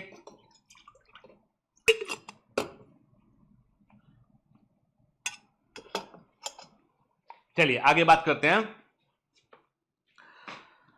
However, unlike in the process of replication, which once set in, अब देखो रेप्लिकेशन की प्रोसेस में क्या होता है, एक बार प्रोसेस शुरू हो गया, पूरा डीएनए ऑर्गेनिज्म का डुप्लीकेट हो जाएगा, जबकि ट्रांसक्रिप्शन में ऐसा नहीं होता। इसका मतलब एक बार आपने रेप्लिकेशन की शुरुआत कर दी तो पूरा डीएनए अपने आप को डुप्लीकेट करने के बाद ही प्रोसेस रुकेगी, जबकि ट्रांसक्रिप्शन में क्या होता है, जब जिस समय जिस प्रोटीन की रिक्वायरमेंट है, जब जिस समय जिस प्रोटीन की रिक्वायरमेंट है, जो प्रोटीन चाहिए उसके लिए एमआरएनए बनेगा, उस पर्टिकुलर डीएनए सीक्वेंस है। ठीक है ना? तो इसका मतलब, जबकि ट्रांसक्रिप्शन में only A segment of DNA and only one of the strand is copied from the RNA. मतलब डीएनए को जब भी कभी रेप्लिकेशन होगा तो डीएनए की दोनों स्ट्रैंड, लीडिंग स्ट्रैंड और लैगिंग स्ट्रैंड, अब ये वर्ड का मतलब क्या है मैं पिछली क्लास में बतला चुका हूं कि दोनों स्ट्रैंड पर काम चल रहा होगा, लीडिंग स्ट्रैंड और लैगिंग स्ट्रैंड पर। लेकिन जब आप बात करोगे, ट्रांसक्रिप्शन की बात करोगे, तो केवल डीएनए की एक ही स्ट्रैंड पर आरएनए बनेगा, दूसरी पर नहीं बनेगा। अब ऐसा क्यों होगा ये हम आगे बात करेंगे, ऐसा क्यों होगा हम ये आगे बात करते हैं। कि अभी इतना याद रखिए आप कि जो बड़ा फर्क है रेप्लिकेशन में और ट्रांसक्रिप्शन में, रेप्लिकेशन में डीएनए पॉलीमरेज एंजाइम काम करेगा और ट्रांसक्रिप्शन में आरएनए पॉलीमरेज एंजाइम काम करेगा। रेप्लिकेशन में डीएनए से डीएनए बनेगा, यहां पर डीएनए के टेम्पलेट पर आरएनए बनेगा। रेप्लिकेशन में जो है वो प्रोसेस वंस एक बार सेट हो गई तो पूरा डीएनए अपने आप को रेप्लिकेट करेगा, चाहे उसमें कोई जीन वाला भाग हो चाहे ना हो, डीएनए पूरा एंड टू एंड अपने आप को डुप्लीकेट करेगा। जबकि यहां पर ट्रांसक्रिप्शन में डीएनए का वो हिस्सा जिसको हम जीन कहते हैं, जिसमें कोई सूचना छुपी होती है, वही उतना ही हिस्सा अपने आप को जो है वो ट्रांसक्राइब करेगा, वहीं से इंफॉर्मेशन एमआरएनए के फॉर्म में निकल कर बाहर आएगी। ठीक है, क्लियर? अब आपके दिमाग में क्वेश्चन ये उठ रहा है कि दोनों strand, why both the strands are not copied during transcription. मतलब ट्रांसक्रिप्शन के दौरान दोनों स्ट्रैंड क्यों जो है वो कॉपी नहीं हो रही है। कई बार आप सोचते होंगे कि सर इतना सेंटी क्यों हो जाते हैं। बेटा आपको सच बताऊं मैं आपको कि जिस जगह पर मैं हूं ना, मतलब मैं कभी इतना क्राइसिस का वर्ल्ड, मतलब मेरी कल्पना के बाहर था। कल एक बच्ची मुझे फोन की, उसने बताया सर मेरी मदर का ऑक्सीजन सेचुरेशन 65% है, बेड नहीं मिल रहा है, ऑक्सीजन नहीं मिल रही है, डॉक्टर भी नहीं है, मेरी माँ सांस लेने के लिए जो है ना जो खटिया होती है उस पर उल्टा लेटी हुई और सांस लेने की कोशिश करी, कहीं से मिल जाए, क्या करूँ सर। अब बताओ इसमें इतनी दूर बैठ के क्या, मतलब जो लोकल फैकल्टी कुछ बात की उनके फादर से, कुछ अरेंज कराने की कोशिश की, कुछ ना करके फिर कुछ इंजेक्शन अरेंज कराया, लगवाया करके थोड़ा, अब पता नहीं उसके बाद क्या हुआ, बस दोबारा मुझे मालूम नहीं चला। पर जब किसी नियर या डियर वन को कोई ऐसा देखता है, बताता भी है ना, समझाता, रो रही लगातार फोन पे, मतलब आप सोचो ना कैसा लगता होगा आदमी को, मतलब बहुत, मतलब सिर्फ बेटा है ना इतना सोचो, देखो जब तक हमारी संवेदनशीलता एक दूसरे के लिए नहीं रहेगी ना, तो हम में और जानवरों में कोई फर्क नहीं है। फिर वो मुर्गा मुर्गी होते ना, एक बड़े दड़बे में बंद होते हैं, वो जो उनको काटने वाला होता है, जो उनसे फ्लैश निकाल रहा होता है, वो एक हाथ डालता है, एक को पकड़ के काट लेता है, बाकी मुर्गा मुर्गी अंदर बंद रहते हैं। उन्हें मालूम सबकी बारी आ जाएगी किक करके, कोई बचेगा नहीं उसमें से। तो we are not like that. हमको तो संवेदनशील होना पड़ेगा, सोचना पड़ेगा कि ये सब क्या कैसे इस दिन के लिए हमें। मुझे बहुत दुख है, मैं तो कहता हूं कि पैंडेमिक है, इसमें बहुत कुछ लोग कर भी नहीं सकते, लेकिन इतनी सी बात है, एटलीस्ट संख्या तो सही बताई जाए, लोगों की जानकारी तो बाहर आए, बेसिक हेल्प तो लोगों को मिले। मतलब ये कोई मेरा एजेंडा नहीं है सब बोलना कि कोई, आप तो अपने आसपास देख लो ना, मैं कहता हूं, मैं कौन होता हूं बताने वाला। तो कोई भी संवेदनशील आदमी होगा ना, तो उसको रातों की नींद नहीं आएगी बेटा, उसको यही लगेगा कि ये कैसे, we are living in a country of 1.3 billion people के, इतने बड़े देश कंट्री में हैं हम बोलते हैं हम पावर हाउस हैं, हम ये हैं, हम वो हैं, हम नया भारत है, हम ताकतवर हैं, हमारा जीडीपी इतना है, हम दुनिया के सबसे बेहतरीन इकोनॉमी में से, कि ये क्या मायना है उस चीज का कि दिल्ली में कुत्तों के शमशान पर इंसानों को जलाने की बारी आ गई। यदि आत्मा इस समय भी नहीं क्रुद्ध रही ना, तो चेक करो एक बार, जिंदा हो कि नहीं हो। चेक करना बहुत जरूरी है, क्योंकि ये पराकाष्ठा है बेटा। ये कभी मैं ये बातें कभी ना करता क्लास में मैं, पर ये पराकाष्ठा है, ये एक्सट्रीम है ये। Just to think about yourself, why you are here, तुम कौन हो, तुम्हारा क्या अस्तित्व है, तुम क्या मैटर करते हो उस दुनिया के लिए। ये प्रश्न ऐसे हैं जो आपके दिमाग में गूंजे जाएंगे। तुम्हारे होने ना होने से क्या फर्क पड़ रहा है लोगों को, ये प्रश्न दिमाग में गूंज जाएंगे। हमको तस्वीर बदलनी होगी। अभी चलो पैंडेमिक टाइम, जो घाव है ना, ये घाव जो है कभी भराएंगे नहीं है, इनको सोचना पड़ेगा बेटा। आपको आपको जो मेहनत कर रहे हैं, जो एफर्ट कर रहे हैं ना, उनमें आपको तेजी करनी पड़ेगी। मैं कहता हूं वो वही कर पाएंगे जिनके अंदर परिवर्तन की चिंगारी है। और बेटा हर यूथ जो है, हर बच्चा जो है ना, उसके अंदर इतना पोटेंशियल है कि वो पूरे देश को बदल सकता है, सबको बदल सकता है वो। मैं ये नहीं कहता कि कौन सी सरकार बने ना बने, इस पर मुझे नहीं जाना।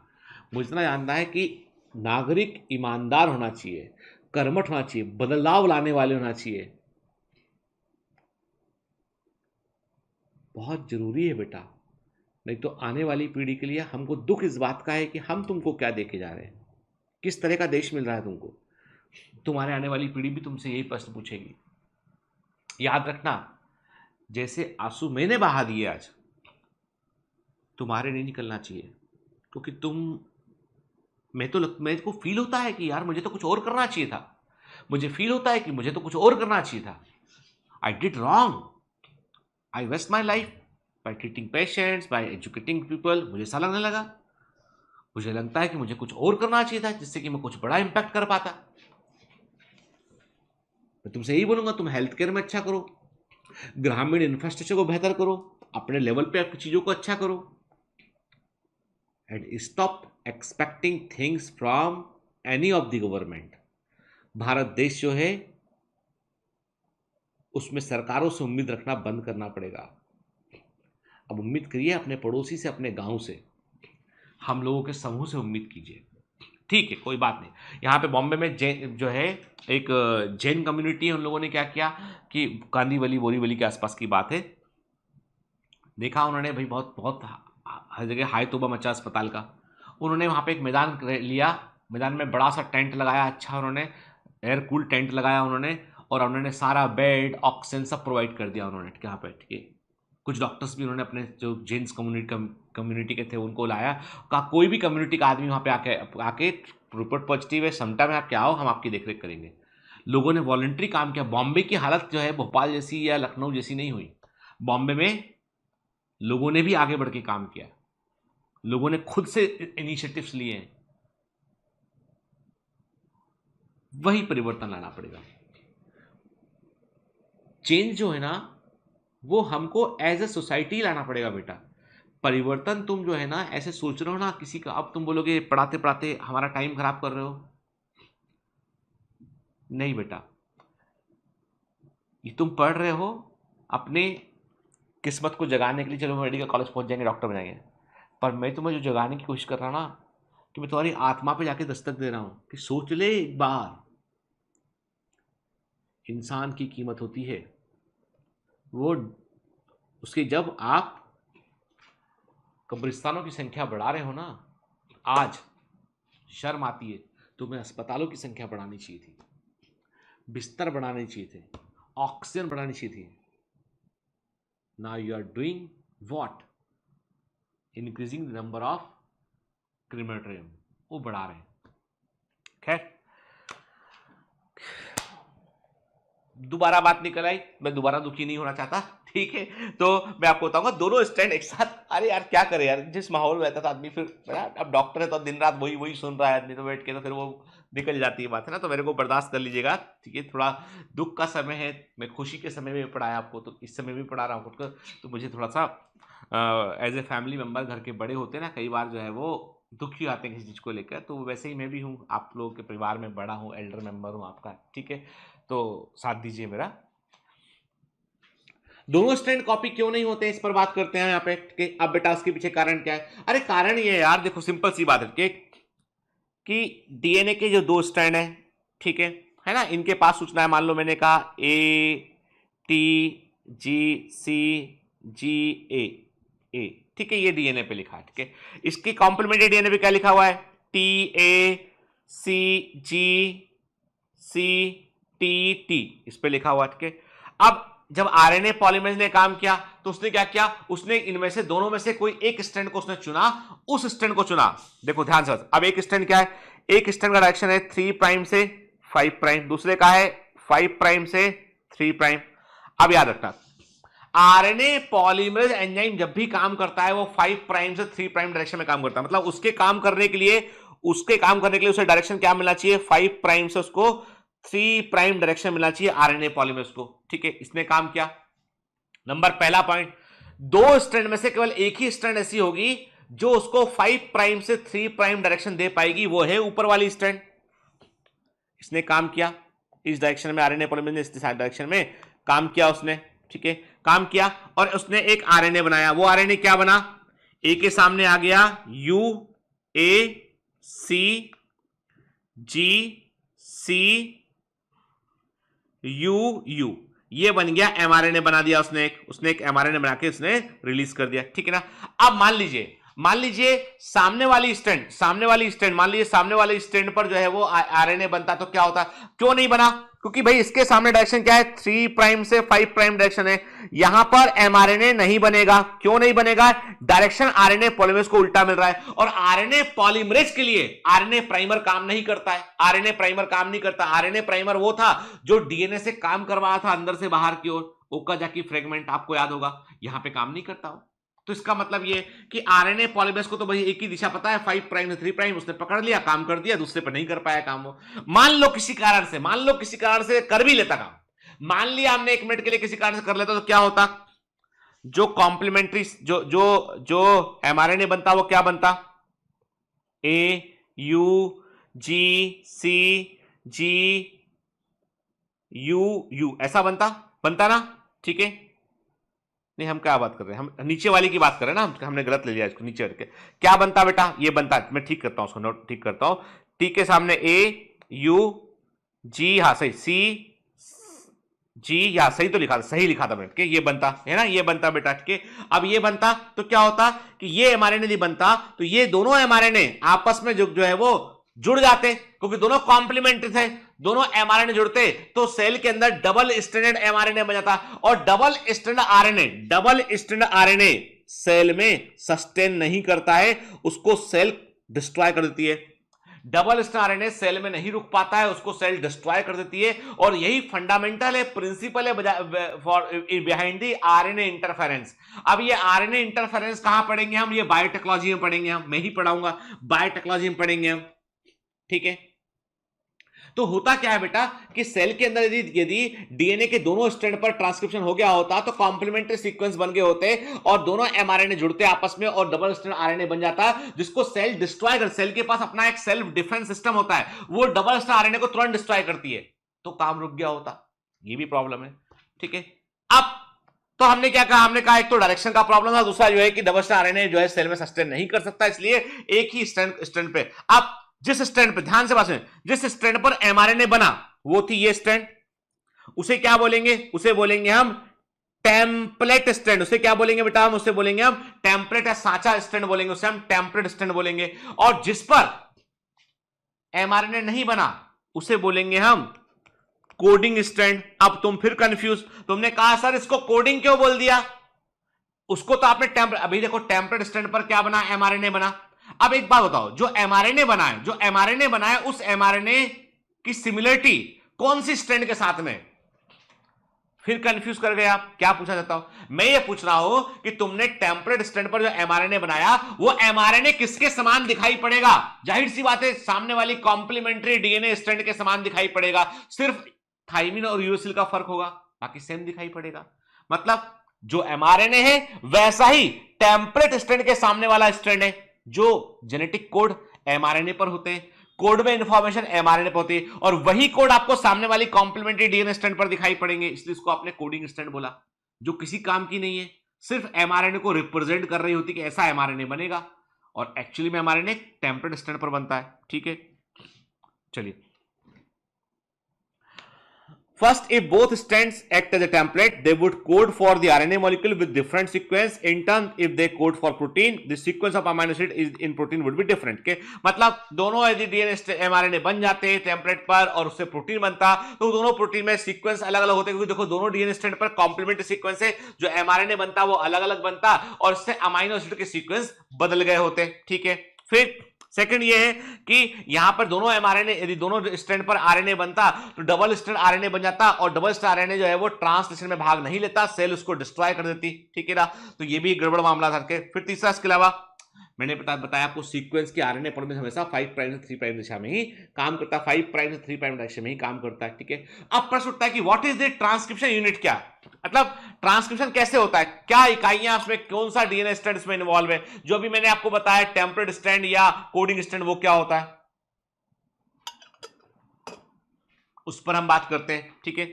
देखो बेटा, एक ट्रांसक्रिप्शन यूनिट इन डीएनए में जो ट्रांसक्रिप्शन यूनिट है उसमें बेसिकली 3 रीजन इन्वॉल्व बेटा, एक है प्रमोटर, स्ट्रक्चरल जीन और टर्मिनेटर जीन। अब देखो बेटा, कुछ बातें दिमाग में डालो के, प्रमोटर वो रीजन होता है जिस रीजन पर आरएनए पॉलीमरेज अपने आप को अरेंज करता है, मतलब this is the starting point, ठीक है। मतलब ये वो जगह है जहां पर आरएनए पॉलीमरेज जो है वो जुड़ता है, जुड़ने के बाद आगे काम शुरू करता है। एक्चुअल इंफॉर्मेशन, एक्चुअल जीन क्या होता है, structural gene is the actual information, इसमें एक्चुअल इंफॉर्मेशन होती है स्ट्रक्चरल जीन में, इसी इंफॉर्मेशन को जो है कॉपी करना होता है, इसमें प्रोटीन बनाने की सूचना होती है, ठीक है।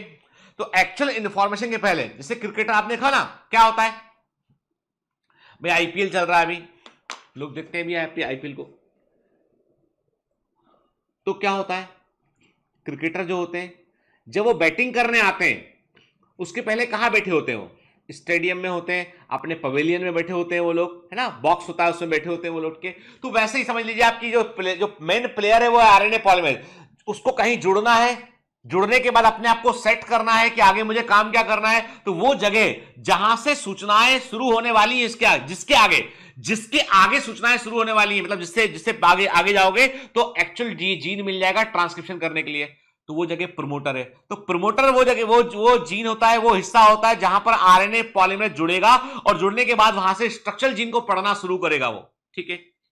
तो एक्चुअली में जीन, मैंने कहा आपसे कि जीन में ये स्ट्रक्चरल जीन की शुरुआत है, मैंने कहा इसके पहले स्ट्रक्चरल जीन के पहले, ठीक, पहले के मैंने क्या कहा, इसके पहले यहां पर एक सीक्वेंस प्रेजेंट है जिसमें कि आरएनए पॉलीमरेज आके जुड़ेगा।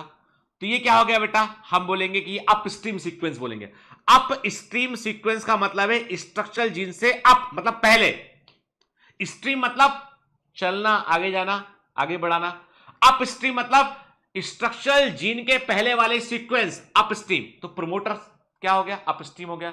और टर्मिनेटर का मतलब क्या है, जहां तक प्रोटीन बनना था फिर रोका, रुक जाओ, काम खत्म, आगे प्रोटीन नहीं बनना, अब आगे आप ट्रांसक्रिप्शन नहीं करना है, तो देयर इज अ सीक्वेंस जो ट्रांसक्रिप्शन को रोक देगा, टर्मिनेटर कहलाएगा वो, जो डाउन स्ट्रीम होगा, सूचना के बाद होगा, डाउन स्ट्रीम होगा। तो up stream down stream word दिमाग में रखिएगा, ठीक है। चलिए, तो ये जो इमेज दिखाई पड़ रही है आपको नीट 2021 के लिए बेटा एक्सपेक्टेड क्वेश्चन है, याद रखना के। तो देखो ट्रांसक्रिप्शन स्टार्ट करने वाला साइट दिखाई पड़, देखो दिख रहा हो, ट्रांसक्रिप्शन स्टार्ट साइट कहां से बेटा, प्रमोटर के बाद शुरू हो रहा है, प्रमोटर पर आरएनए पॉलीमरेज जुड़ेगा, उसके बाद वहां अपने आप को अरेंज करेगा, फिर स्ट्रक्चर जिन को जो है वो ट्रांसक्रिप्ट करना शुरू करेगा उठ के। आप देख रहे हैं कि एक स्ट्रैंड पे लिखा हुआ है टेम्पलेट स्ट्रैंड, ये वो स्ट्रैंड है जिसका डायरेक्शन जो है वो 3 प्राइम से 5 प्राइम है, मतलब यहां पे इस पर जब आरएनए पॉलीमरेज काम करेगा तो 5 प्राइम से 3 प्राइम डायरेक्शन उसको मिल पाएगा और काम कर पाएगा। सामने वाला डीएनए स्ट्रैंड जो है उसे हमने क्या बोला, कोडिंग स्ट्रैंड बोला, जो एमआरएनए के समान होगा लेकिन वो ट्रांसक्रिप्शन में भाग नहीं लेगा, ठीक है, clear. There is a convention in defining the two strands of the DNA in the structural gene of a transcription unit. दोनों स्ट्रैंड एक दूसरे के अपोजिट पोलरिटी वाले होते हैं कि, तो मैंने क्या कहा आपसे कि डीएनए डिपेंडेंट आरएनए पॉलीमरेज जो है ये पॉलीमराइजेशन को केवल एक दिशा में पॉलीमराइज करता है, 5 प्राइम से 3 प्राइम दिशा में काम करता है। तो जो डीएनए स्ट्रैंड 3 प्राइम से 5 प्राइम डायरेक्शन वाला होता है उसे टेम्पलेट स्ट्रैंड कहते हैं, वो सांचे के समान व्यवहार करता है, इसलिए इसको हम टेम्पलेट स्ट्रैंड कहते हैं कि, जबकि दूसरा स्ट्रैंड जिसका डायरेक्शन 5 प्राइम से 3 प्राइम होता है उस पर आरएनए पॉलीमरेज को सही दिशा नहीं मिल पाती है, तो वहां पे ट्रांसक्रिप्शन नहीं हो पाता है, वहां पे कोई भी प्रकार से इंफॉर्मेशन को ट्रांसक्रिप्ट नहीं कर पाते हैं, इसे हम कोडिंग स्ट्रैंड बोलते हैं। कोडिंग स्ट्रैंड को हम रेफरेंस पॉइंट के रूप में यूज करते हैं क्योंकि ये बिल्कुल एमआरएनए के समान दिखाई पड़ता है, सिर्फ यूरेसिल और थाइमिन का फर्क होता है उसमें, इसलिए इसको हम जो है वो रेफरेंस पॉइंट के रूप में यूज करते हैं, ठीक है। अब एनसीईआरटी कहती है कि देखो भाई ऐसा है कि एक तुम्हारे को हमने डीएनए सीक्वेंस दे रखा है टेम्पलेट स्ट्रैंड कोडिंग स्ट्रैंड, तो बताओ जो ट्रांसक्राइब होने वाला आरएनए होगा उसका सीक्वेंस क्या होगा, याद रखिएगा ऐसा क्वेश्चन दे रखा है template strand coding strand sequence of RNA, तो आपको कोडिंग स्ट्रैंड को सीधा कॉपी कर लेना है, सिर्फ थाइमिन की जगह यूरेसिल कर दीजिए, यूरेसिल कर दीजिए, यूरेसिल कर दीजिए, यूरेसिल कर दीजिए, यूरेसिल कर दीजिए, है ना, बस। तो जो कोडिंग का सीक्वेंस है वही एमआरएनए का सीक्वेंस है, आ रही बात समझ में, क्योंकि टेम्पलेट के सामने रूल ऑफ बेस्ट पेयरिंग लगाओगे तो कोडिंग स्ट्रैंड के समान बनेगा एमआरएनए, और उसमें केवल इतना होगा कि थाइमिन की जगह उसमें यूरेसिल होगा, ठीक है, क्लियर। प्रमोटर और टर्मिनेटर के बीच में स्ट्रक्चरल जीन पाया जाता है बेटा, क्लियर, ये भी देखा हमने इमेज में, इंपॉर्टेंट है, ठीक है। प्रमोटर को क्या बोला हमने, अपस्ट्रीम बोला, यानी वो स्ट्रक्चर जिनके पहले होता है उसको हमने अपस्ट्रीम बोला बेटा, और टर्मिनेटर को क्या बोला हमने, डाउनस्ट्रीम बोला हमने, ठीक है। याद रखना बेटा कि जब भी कभी जो है ट्रांसक्रिप्शन होता है ना तो उसमें भी 3 स्टेप इन्वॉल्व होती हैं, एक तो ट्रांसक्रिप्शन की बिगिनिंग होती है, शुरुआत होती है, उसे हम क्या बोलते हैं, इनिशिएशन बोलते हैं। आरएनए पॉलीमरेज एंजाइम जो है इनिशिएशन करता है, और आरएनए पॉलीमरेज को कहां से ट्रांसक्रिप्शन करना है, कौन से टेम्पलेट स्ट्रैंड पर काम करना है, तो उसे वो बताने का काम करता है सिग्मा फैक्टर। सिग्मा फैक्टर यदि नहीं होगा, यदि सिग्मा फैक्टर नहीं होगा तो ट्रांसक्रिप्शन का इनिशिएशन नहीं हो पाएगा, ठीक है। ट्रांसक्रिप्शन का इनिशिएशन जो है आरएनए पॉलीमरेज एंजाइम से होता है, जो कि कॉम्प्लेक्स एंजाइम होता है, इसमें सिग्मा फैक्टर भी इसका हिस्सा होता है। जब ये इससे जुड़ता है तो ये इनिशिएशन करता है के, और फिर उसके बाद एक बार जब काम शुरू हो गया सिग्मा फैक्टर हट जाता है, आरएनए पॉलीमरेज अपना काम कर रहा होता है। जब टर्मिनेटर सीक्वेंस तक पहुंचते हैं वहां पर जाकर जो है उसको जो है रो फैक्टर आता है, रो फैक्टर एक बाहर एक जो है वो एक्सटर्नल फैक्टर होता है वो आता है, टर्मिनेटर के सीक्वेंस को पढ़ने के बाद रो फैक्टर वहां पर आएगा और वो आरएनए पॉलीमरेज को हटा देगा और आरएनए कंप्लीटली बनकर अलग निकल चुका होगा, बाहर निकल चुका होगा, ठीक है, क्लियर। तैयार रखिए। तो ये जो है ट्रांसक्रिप्शन की जो प्रोसेस है उसमें हमने क्या कहा, 3 स्टेप उसमें इन्वॉल्व है, इनिशिएशन, इलॉन्गेशन एंड टर्मिनेशन, ठीक है बेटा, क्लियर। देखो ना, देखिए ध्यान से, इनिशिएशन आप देख रहे हो आरएनए पॉलीमरेज, और इनिशिएशन के लिए sigma factor plays very important role, ठीक है। इसके बाद क्या होता है, इलॉन्गेशन होता है, इसमें सिग्मा फैक्टर का काम नहीं होता है, जो है कोर एंजाइम आरएनए पॉलीमरेज का काम कर रहा होता है, ठीक है। और जब टर्मिनेशन कब होता है, जब टर्मिनेटर सीक्वेंस को पढ़ता है आरएनए पॉलीमरेज तो रो फैक्टर आता है जो टर्मिनेशन में रोल प्ले करता है। ये out of the box question है कुछ बेटा, जो एनसीईआरटी जो आपको दिमाग में रखना है बेटा, है ना, ठीक है। टर्मिनेटर मैंने बताया डाउन स्ट्रीम होता है, ऑलरेडी बात कर चुके हैं। ठीक, इसके अलावा कुछ एडिशनल रेगुलेटरी सीक्वेंस भी हमको देखने मिलते हैं कि जैसे हमें रेगुलेटर जीन देखने मिलता है, जब लेकोपेरॉन पढ़ेंगे तो हम रेगुलेटर जीन की बात करेंगे। ठीक है, कई जगह पे हमें को बैक्टीरिया में प्रिब्नोबॉक्स देखने मिलता है, एक सीक्वेंस होता है जिसको हम बोलते हैं प्रिब्नोबॉक्स कहते हैं हम, टी प्रिब्नोबॉक्स कहते हैं हम। ठीक है, टाटा बॉक्स देखने मिलता है हमको यूकैरियोटिक में, है ना।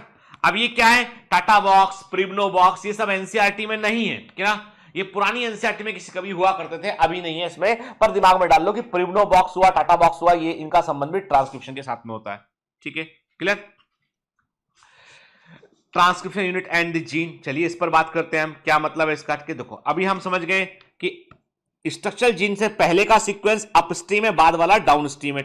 ठीक है, फिर क्या देख रहे हो आप, नॉन टेम्पलेट और टेम्पलेट स्ट्रैंड दिखाई पड़ रहा है। टेम्पलेट स्ट्रैंड जो होता है उसमें ट्रांसक्रिप्शन होता है, क्लियर। ठीक है, एक जीन क्या होता है, it's a functional unit of inheritance के, ये वंशागति की क्रियाशील इकाई होती है, फंक्शनल यूनिट ऑफ इनहेरिटेंस के। याद रखिएगा बेटा कि जो है जीन वास्तव में डीएनए का वो सीक्वेंस होता है जिसमें कोई एक पर्टिकुलर सूचना होती है। याद रखिए every gene is a DNA, but every part of DNA is not a gene. DNA का हर हिस्सा जीन नहीं होता है, पर हर जीन डीएनए होता है। ठीक है, क्लियर। याद रखिएगा DNA sequence, coding for tRNA, rRNA, ये भी जीन में ही डिफाइन में आते हैं, जीन की कैटेगरी में आते हैं। सिस्टोन, याद रखिएगा बेटा, there is a Benzer model of DNA, Benzer model of DNA. Benzer model of DNA क्या बोलता है, डीएनए ने का एक मॉडल देखा बेंजर ने, उन्होंने कहा था कि डीएनए में 3 प्रकार के क्रम होते हैं। एक होता है सिस्टोन, हाउसकीपिंग जीन होता है, ये वो जीन होता है जो प्रोटीन बनाने की सूचना रखता है, जिसमें कि the information of for protein synthesis is present in the cistron. तो सिस्टोन क्या होता है, हाउसकीपिंग जीन होता है, प्रोटीन सिंथेसिस की इंफॉर्मेशन रखने वाला जीन होता है। एक होता है रिकॉल, ये वो डीएनए का हिस्सा होता है जो रिकॉम्बिनेशन में भाग लेता है, जो क्रॉसिंग ओवर में बदला जाता है, ये वो हिस्सा होता है जो नए जेनेटिक कॉम्बिनेशन के बनने में भाग लेता है। एक होता है म्यूटॉन, ये वो हिस्सा होता है डीएनए का जिसमें म्यूटेशन हो गया होता है। तो बेंजर के अकॉर्डिंग डीएनए में 3 तरह के सीक्वेंस होते हैं, सिस्टोन, रिकॉन, म्यूटॉन। तो एनसीईआरटी ने सिस्टोन वर्ड तो यूज किया, लेकिन बेंजर के बारे में कुछ नहीं बतलाया, तो मैंने आपको बतला दिया बेटा। ठीक है, तो सिस्टोन क्या होता है, ये डीएनए का सेगमेंट है जो पॉलीपेप्टाइड को, प्रोटीन को कोड करता है। जब इस जो है एक जीन में बेटा जो है वो ऐसी इंफॉर्मेशन होती है जो केवल एक प्रोटीन चेन के लिए होती है, उसे मोनोसिस्टोनिक कहते हैं हम के, और जो है पॉलीसिस्टोनिक में एक से अधिक जीन की इंफॉर्मेशन होती है। अब ये पॉलीसिस्टोनिक, मोनोसिस्टोनिक क्या होता है, ये होते हैं एमआरएनए। एक्चुअली में क्या होते हैं, ये होते हैं आरएनए। ध्यान से बात सुनिए के, monocistronic is the RNA having the information of one gene के, एंड मोनोसिस्टोनिक एमआरएनए वो एमआरएनए होता है जिसमें एक जीन की सूचना होती है। पॉलीसिस्टोनिक एमआरएनए वो एमआरएनए होता है जिसमें एक से अधिक जीन की सूचना होती है। याद रखना बेटा, प्रोकैरियोटिक में आपको पॉलीसिस्टोनिक एमआरएनए देखने मिलेंगे, यूकैरियोटिक में आपको मोनोसिस्टोनिक एमआरएनए देखने मिलते हैं। देखिए मोनोसिस्टोनिक एमआरएनए एक जीन की सूचना है, एक से अधिक जीन की सूचना है पॉलीसिस्टोनिक एमआरएनए। ठीक है, ठीक। यूकैरियोटिक में क्या होता है बेटा, मैंने कहा कि अब जो है शार्प एंड रॉबर्ट्स जो है एनसीईआरटी में इनके नाम नहीं दे रखे बेटा, पर आप नोट कर लीजिए इसको के, शार्प एंड रॉबर्ट्स इन्होंने बताया कि यूकैरियोटिक में होते हैं स्प्लिट जीन्स, इनमें स्प्लिट जीन होते हैं, मतलब जीन टुकड़ों में, इंफॉर्मेशन टुकड़ों में होती है, एक साथ इंफॉर्मेशन नहीं होती है इसके, मतलब जीन में इंफॉर्मेशन टुकड़ों में होती है, एक साथ इंफॉर्मेशन नहीं होती है इसमें। तो ऐसे हिस्से जिनमें काम की सूचना होती है, जिनमें ऐसी इंफॉर्मेशन होती है जो एग्जिस्टिंग इंफॉर्मेशन है जिसका मतलब है कुछ, वो कहलाता है एक्सॉन। ठीक है, ऐसी इंफॉर्मेशन जो 2 एक्सॉन के बीच में होती है, किसी काम की नहीं होती है, केवल फिलर के रूप में होती है, उसे हम बोलते हैं इंट्रॉन बोलते हैं हम। ठीक है, तो क्या बोलते हैं, इंटरप्टिंग सीक्वेंस, ऐसे याद रखो, इंटरप्टिंग सीक्वेंस इंट्रॉन जो बाधा डाल रहे हैं, एग्जिस्टिंग सीक्वेंस जो अस्तित्व है इनका मतलब है वो है एक्सॉन। तो exon intron, exon intron, exon intron में जो है वो यूकैरियोटिक का जीन बटा होता है। अब आप बोलोगे फायदा क्या सर, अरे फायदा ये, कोई रेडिएशन यदि डीएनए पर आकर लगता है, म्यूटेशन करता है, तो संभावना ये कि वो इंट्रॉन वाले हिस्से में आ जाए, तो बच जाएंगे। तो हमारे जो स्प्लिट जीन है ना, वो एक प्रकार का मैकेनिज्म है, वो संभावना और प्रोबेबिलिटी को कम करने के लिए म्यूटेशन के। याद रखिए बैक्टीरिया में म्यूटेशन का दर ज्यादा है एज कंपेयर टू अस, ठीक है, क्योंकि उसके पास में सारे जीन लाइन से लगे, कहीं भी परिवर्तन होगा, कहीं भी चेंज होगा, जीन में परिवर्तन आ जाएगा, जीन में चेंज आएगा। हमारा जीन बहुत स्मार्ट है, उसने क्या किया, इतना काम का सूचना दिया उसने, फिर बगैर काम का सूचना इतना दे दिया उसने, फिर काम का सूचना दिया उसने, फिर बगैर काम का सूचना दे दिया। अब सोचो आप, कोई रेडिएशन आके हिट करेगा, यहां हिट किया, यहां हिट किया, यहां हिट किया, यहां हिट किया, तो संभावना ये कि म्यूटेशन नहीं होगा, कोई जीन में कोई फर्क ही नहीं आया। वैसे भी वो किसी काम का था, सीक्वेंस ऐसे ही भर रखा था उसको। यहां पे क्या है, जब यहां होगा तो फर्क पड़ जाएगा। लेकिन ये पूरा, यदि ये पूरा जीन ऐसा होता तो कहीं भी म्यूटेशन होता, जीन बदल गया होता। तो ये एक प्रकार की मैकेनिज्म है बचाने के लिए। तो हम क्या देखते हैं कि यूकैरियोटिक में जो जीन है वो कैसा है, वो मोनोसिस्टोनिक जीन में भी सूचनाएं बटी हुई हैं, एक्सॉन इंट्रॉन एक्सॉन इंट्रॉन। जब उससे एमआरएनए बनेगा तो उस एमआरएनए के पास भी सूचनाएं वैसी आएंगी, एमआरएनए में भी एक्सॉन इंट्रॉन होगा। ऐसे एमआरएनए को बोलते हैं एचएनआरएनए। क्या बोलते हैं, हेट्रोजिनस न्यूक्लियर आरएनए बोलते हैं, एचएनआरएनए बोलते हैं। उसमें भी सूचनाएं एक्सॉन और इंट्रॉन होंगी। बाद में क्या करेंगे हम इस एमआरएनए को प्रोसेस करेंगे हम, कि भाई इसमें से वो सूचनाएं निकाल लो जो काम की नहीं है, क्योंकि प्रोटीन नहीं बन पाएगा, तो उनको एमआरएनए में से निकाल के बाहर कर देंगे। एक्सॉन एक्सॉन एक्सॉन एक्सॉन को जोड़ देंगे, कंप्लीट जीन बन जाएगा। मतलब ये हुआ, कुल मिला के प्रॉब्लम ये है कि सबकी, मतलब ये हुआ कि यूकैरियोटिक में ट्रांसक्रिप्शन के बाद कुछ काम करना पड़ेगा।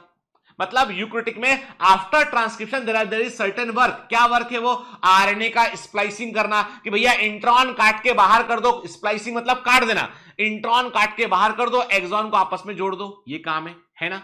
चलिए ठीक।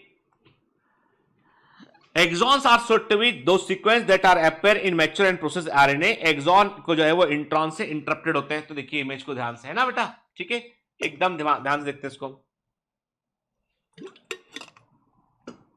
ठीक है बेटा।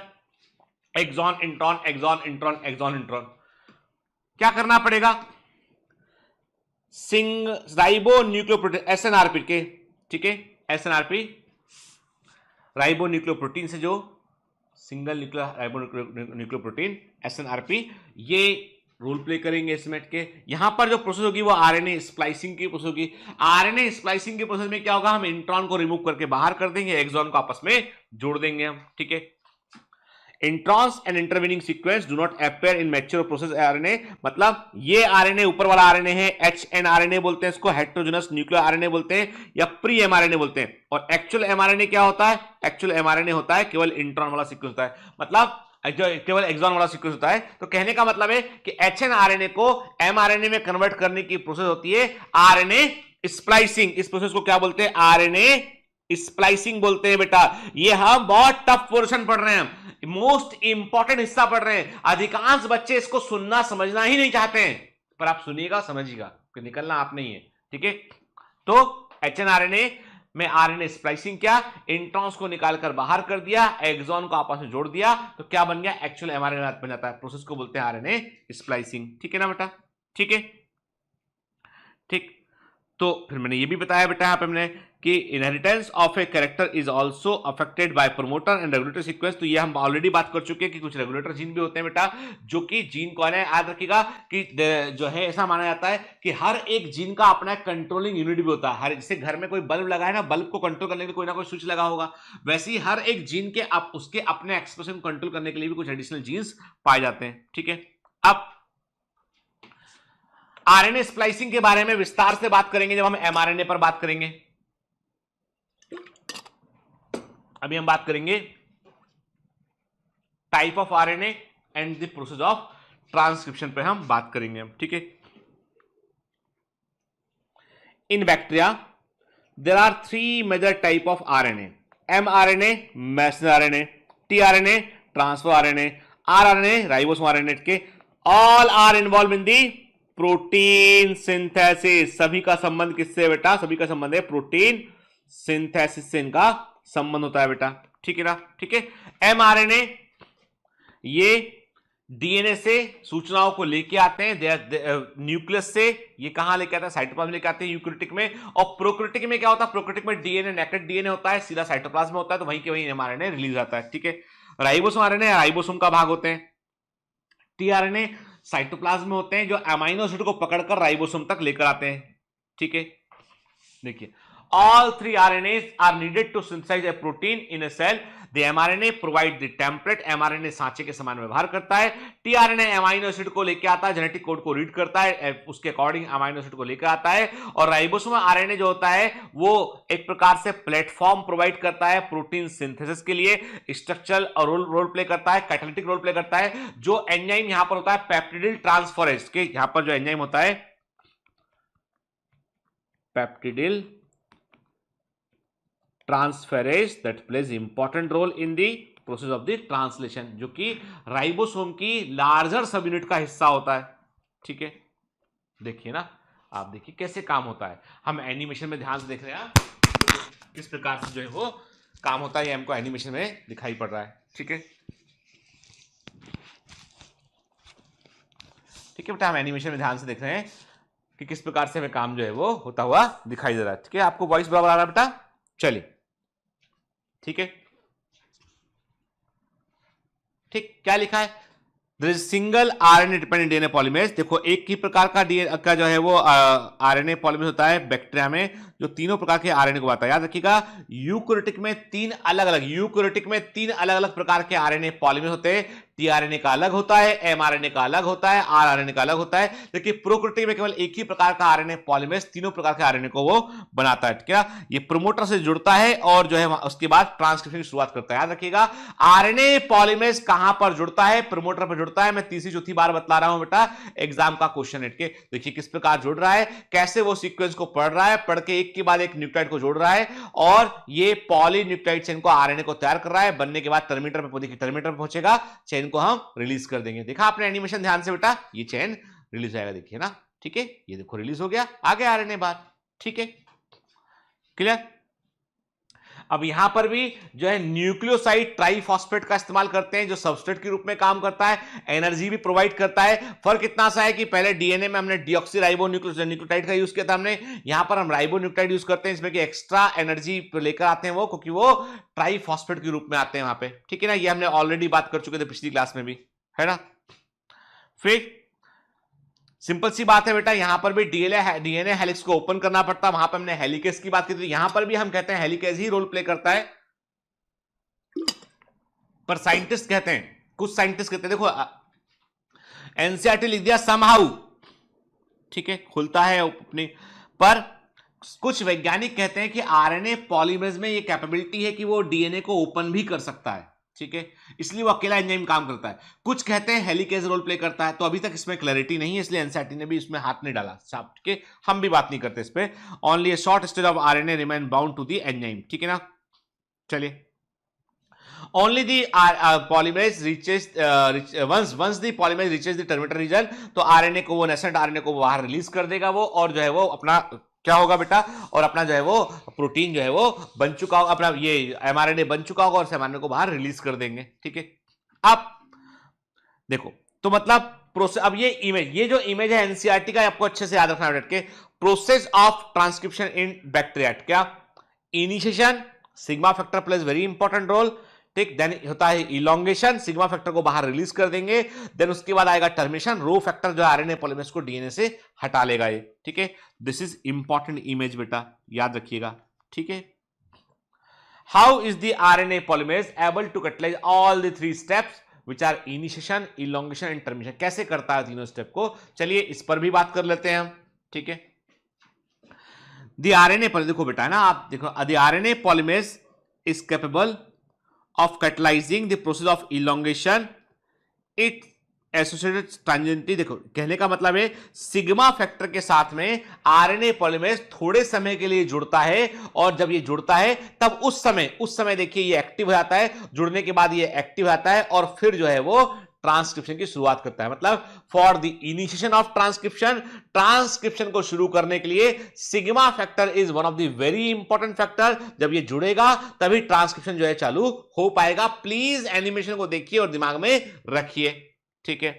फिर association with these factors alter the specificity of the RNA polymerase to either initiate or terminate। तो मैंने आपसे कहा कि ये जो फैक्टर हैं ये इस बात को डिसाइड करते हैं कि आरएनए पॉलीमरेज को इनिशिएट करना है, टर्मिनेट करना है। कि यदि सिग्मा फैक्टर जुड़ेगा तो इनिशिएशन होगा, रो फैक्टर जुड़ेगा तो टर्मिनेशन होगा। ठीक है, क्लियर।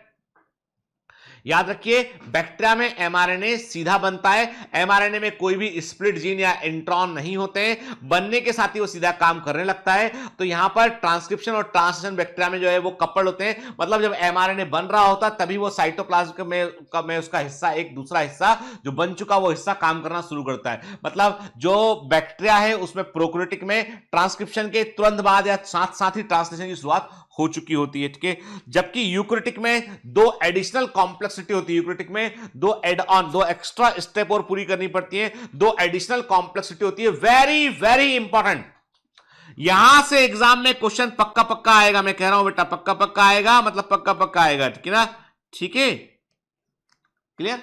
चलिए क्या होता है, पहला there are at least 3 RNA polymerase, 3 RNA polymerase की रिक्वायरमेंट होती है न्यूक्लियस में।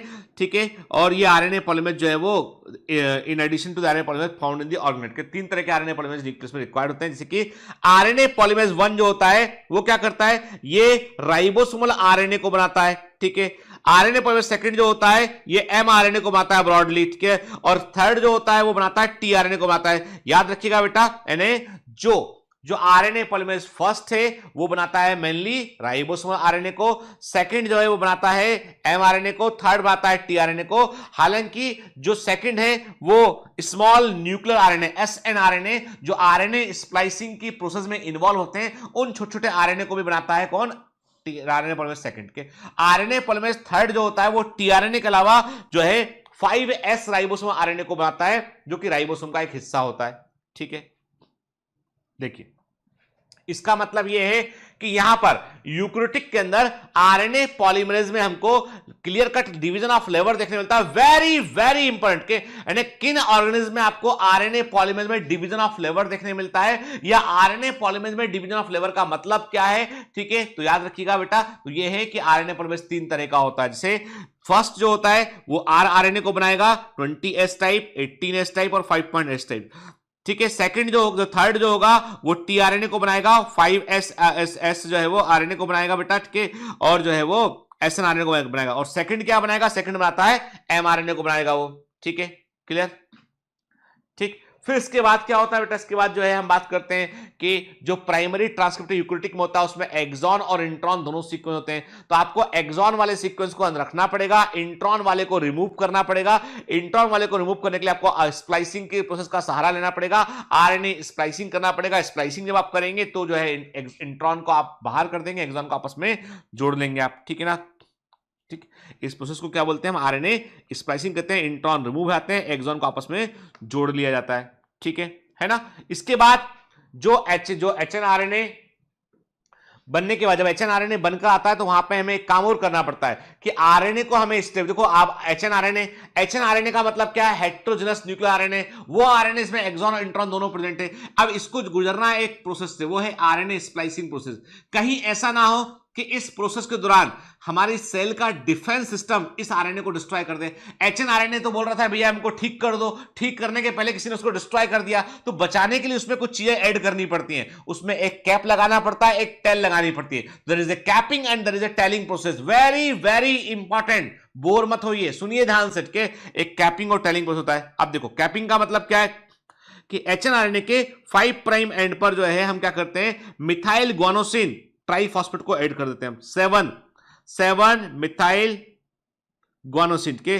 ठीक है, 7 मिथाइल ग्वानोसिन को हम यहां पर ऐड कर देते हैं बेटा। और जो है टेल यानी जो 3 प्राइम वाला हिस्सा होता है उसका, वहां पर हम जो है वो कई सारे एडिनाइलिक एसिड रेसिड्यू को हम ऐड कर देते हैं यहां पे। ठीक है, क्लियर, इसको टेलिंग बोलते हैं। देखो ये पॉली ए टेल होती है इसमें, और 5 मिथाइल ग्वानोसिन, 5 कैप होता है, कैपिंग 5 मिथाइल ग्वानोसिन बना हुआ, इसका हेड होता है, इसे कैप रीजन बोलते हैं। ठीक है, तो टेलिंग और कैपिंग भी होता है बेटा, यहां पे स्प्लाइसिंग भी होता है।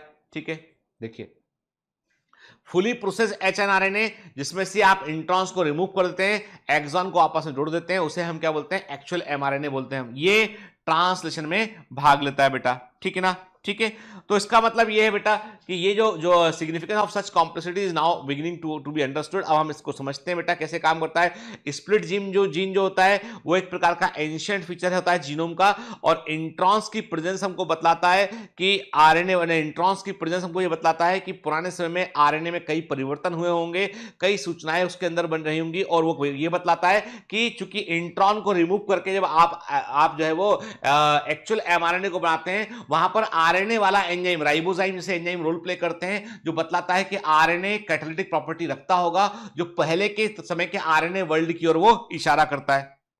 ठीक है, आई बात समझ में?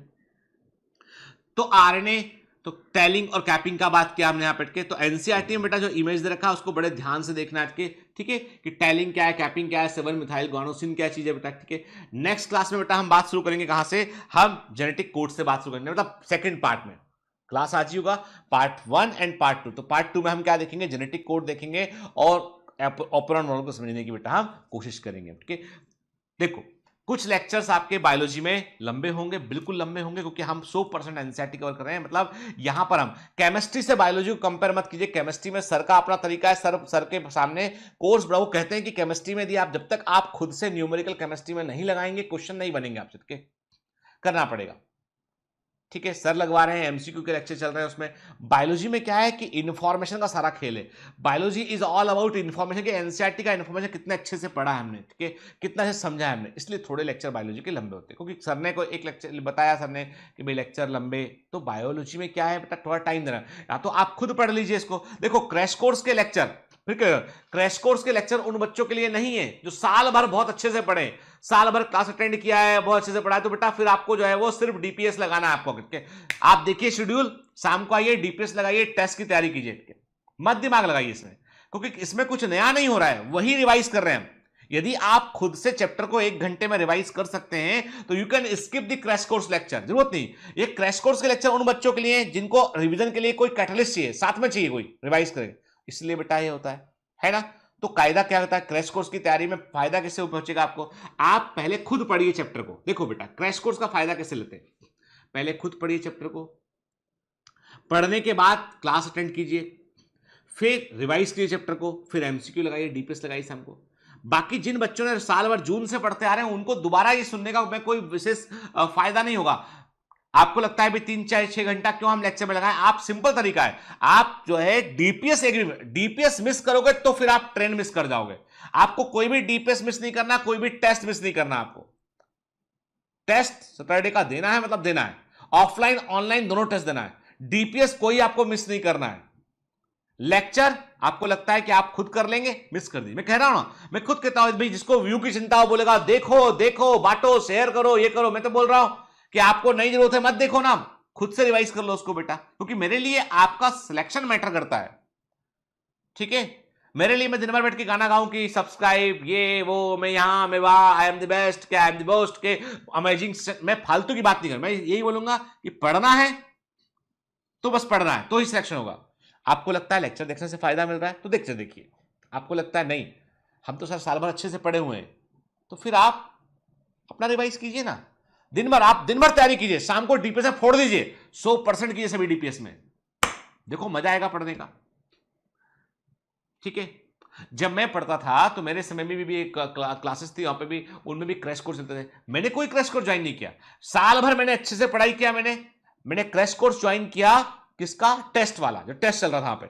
हमारे टीचर थे, ऑफलाइन क्लास था उस समय, तो अलग अलग टीचर थे, वो कहते थे भाई टेस्ट देने आओगे तो 300 रुपये महीना फीस है, क्लास के साथ टेस्ट दोगे तो 700 रुपये 600 रुपये महीना फीस है। ठीक है, तो हमने वो टेस्ट वाला ज्वाइन किया। टेस्ट देने पर टेस्ट में टॉप करते थे सारे बच्चे, होते थे तो क्लास में भी जाता, तब भी टॉप करता है। उन्हें क्या पता, साल भर इन्हीं सर की शरण में थे हम, साल भर वही पीएल जैन सर, वही एसके जैन सर उनकी शरण में थे, साल भर से पढ़ रहे थे। अब कहाँ जाके क्रैश में जो है, घर में पढ़ते थे, घर में सुबह से लगाते थे पढ़ने के लिए, शाम को टेस्ट होगा जाके फोड़ करते थे पेपर के अंदर। आप भी वैसा कर सकते हैं। तो इसलिए इसको लेके मतलब कोई पॉइंट नहीं होना चाहिए यहाँ पे, भाई साल भर अच्छे से पढ़ा है ना, तो रिवाइज करने के लिए आप खुद भी कर सकते हैं, ना कि टीचर हॉपिंग करना है।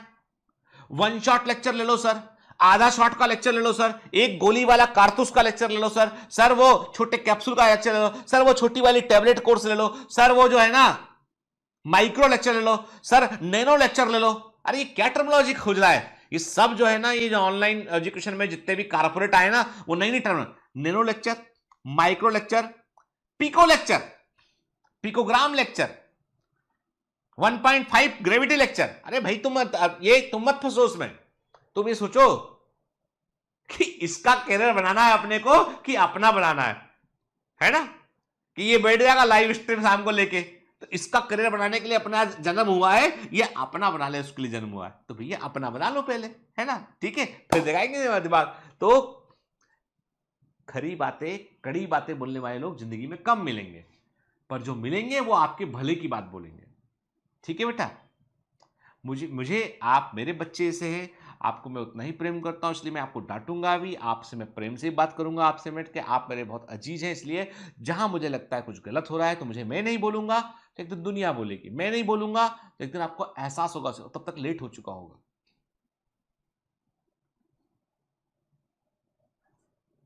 Most of the lecture crash course के बेटा मैं ही लूंगा, बिल्कुल दिमाग में कोई डाउट मत रखिए, ये मेरा ऑर्गेनाइजेशन है, मैंने उसको इतनी मेहनत से, सालों से, 4 साल से मैं मेहनत कर रहा हूँ लगातार, जब जाके मैंने हजारों बच्चे सिलेक्ट हुए अब तक के। बहुत बायोमेंटर्स का सक्सेस के रेशियो में देखेंगे तो बहुत बड़ा नाम है बायोमेंटर का। बायोमेंटर कोई छोटा मोटा इंस्टीट्यूट नहीं, बायोमेंटर जो है वो at the level of success बहुत बड़ा है। हमने कोई हाइप क्रिएट करके फालतू की फोर्स स्पामिंग करके अपना वेंचर खड़ा नहीं किया, हमारा जो वेंचर है वो खड़ा है जेन्युइन बच्चों के ऊपर। क्या तो यहाँ पर सिलेक्शन जो है सबसे इंपॉर्टेंट चीज है। तो इसलिए ऐसा तो नहीं हो सकता ना कि मैं कोई 50 टीचर की टीम खड़ी कर दी लाके अचानक, नहीं। अभी जो टीचर है वो मजबूरी, मैं मजबूर हूँ बेटा, मैं मजबूर हूँ, इसलिए शैल मैडम भी आई हुई है, निधि मैडम भी आई हुई है, अदरवाइज दे आर वर्किंग, वो अपने अपने डोमेन में काम कर रहे थे ऑलरेडी। वो शैल मैडम पूरा डाउट, पूरा कंटेंट देखती हैं उनके, निधि मैडम जो है जो पेपर से लेके वो बहुत सारा बैकग्राउंड में जो काम होता है ना वो देखती हैं वो।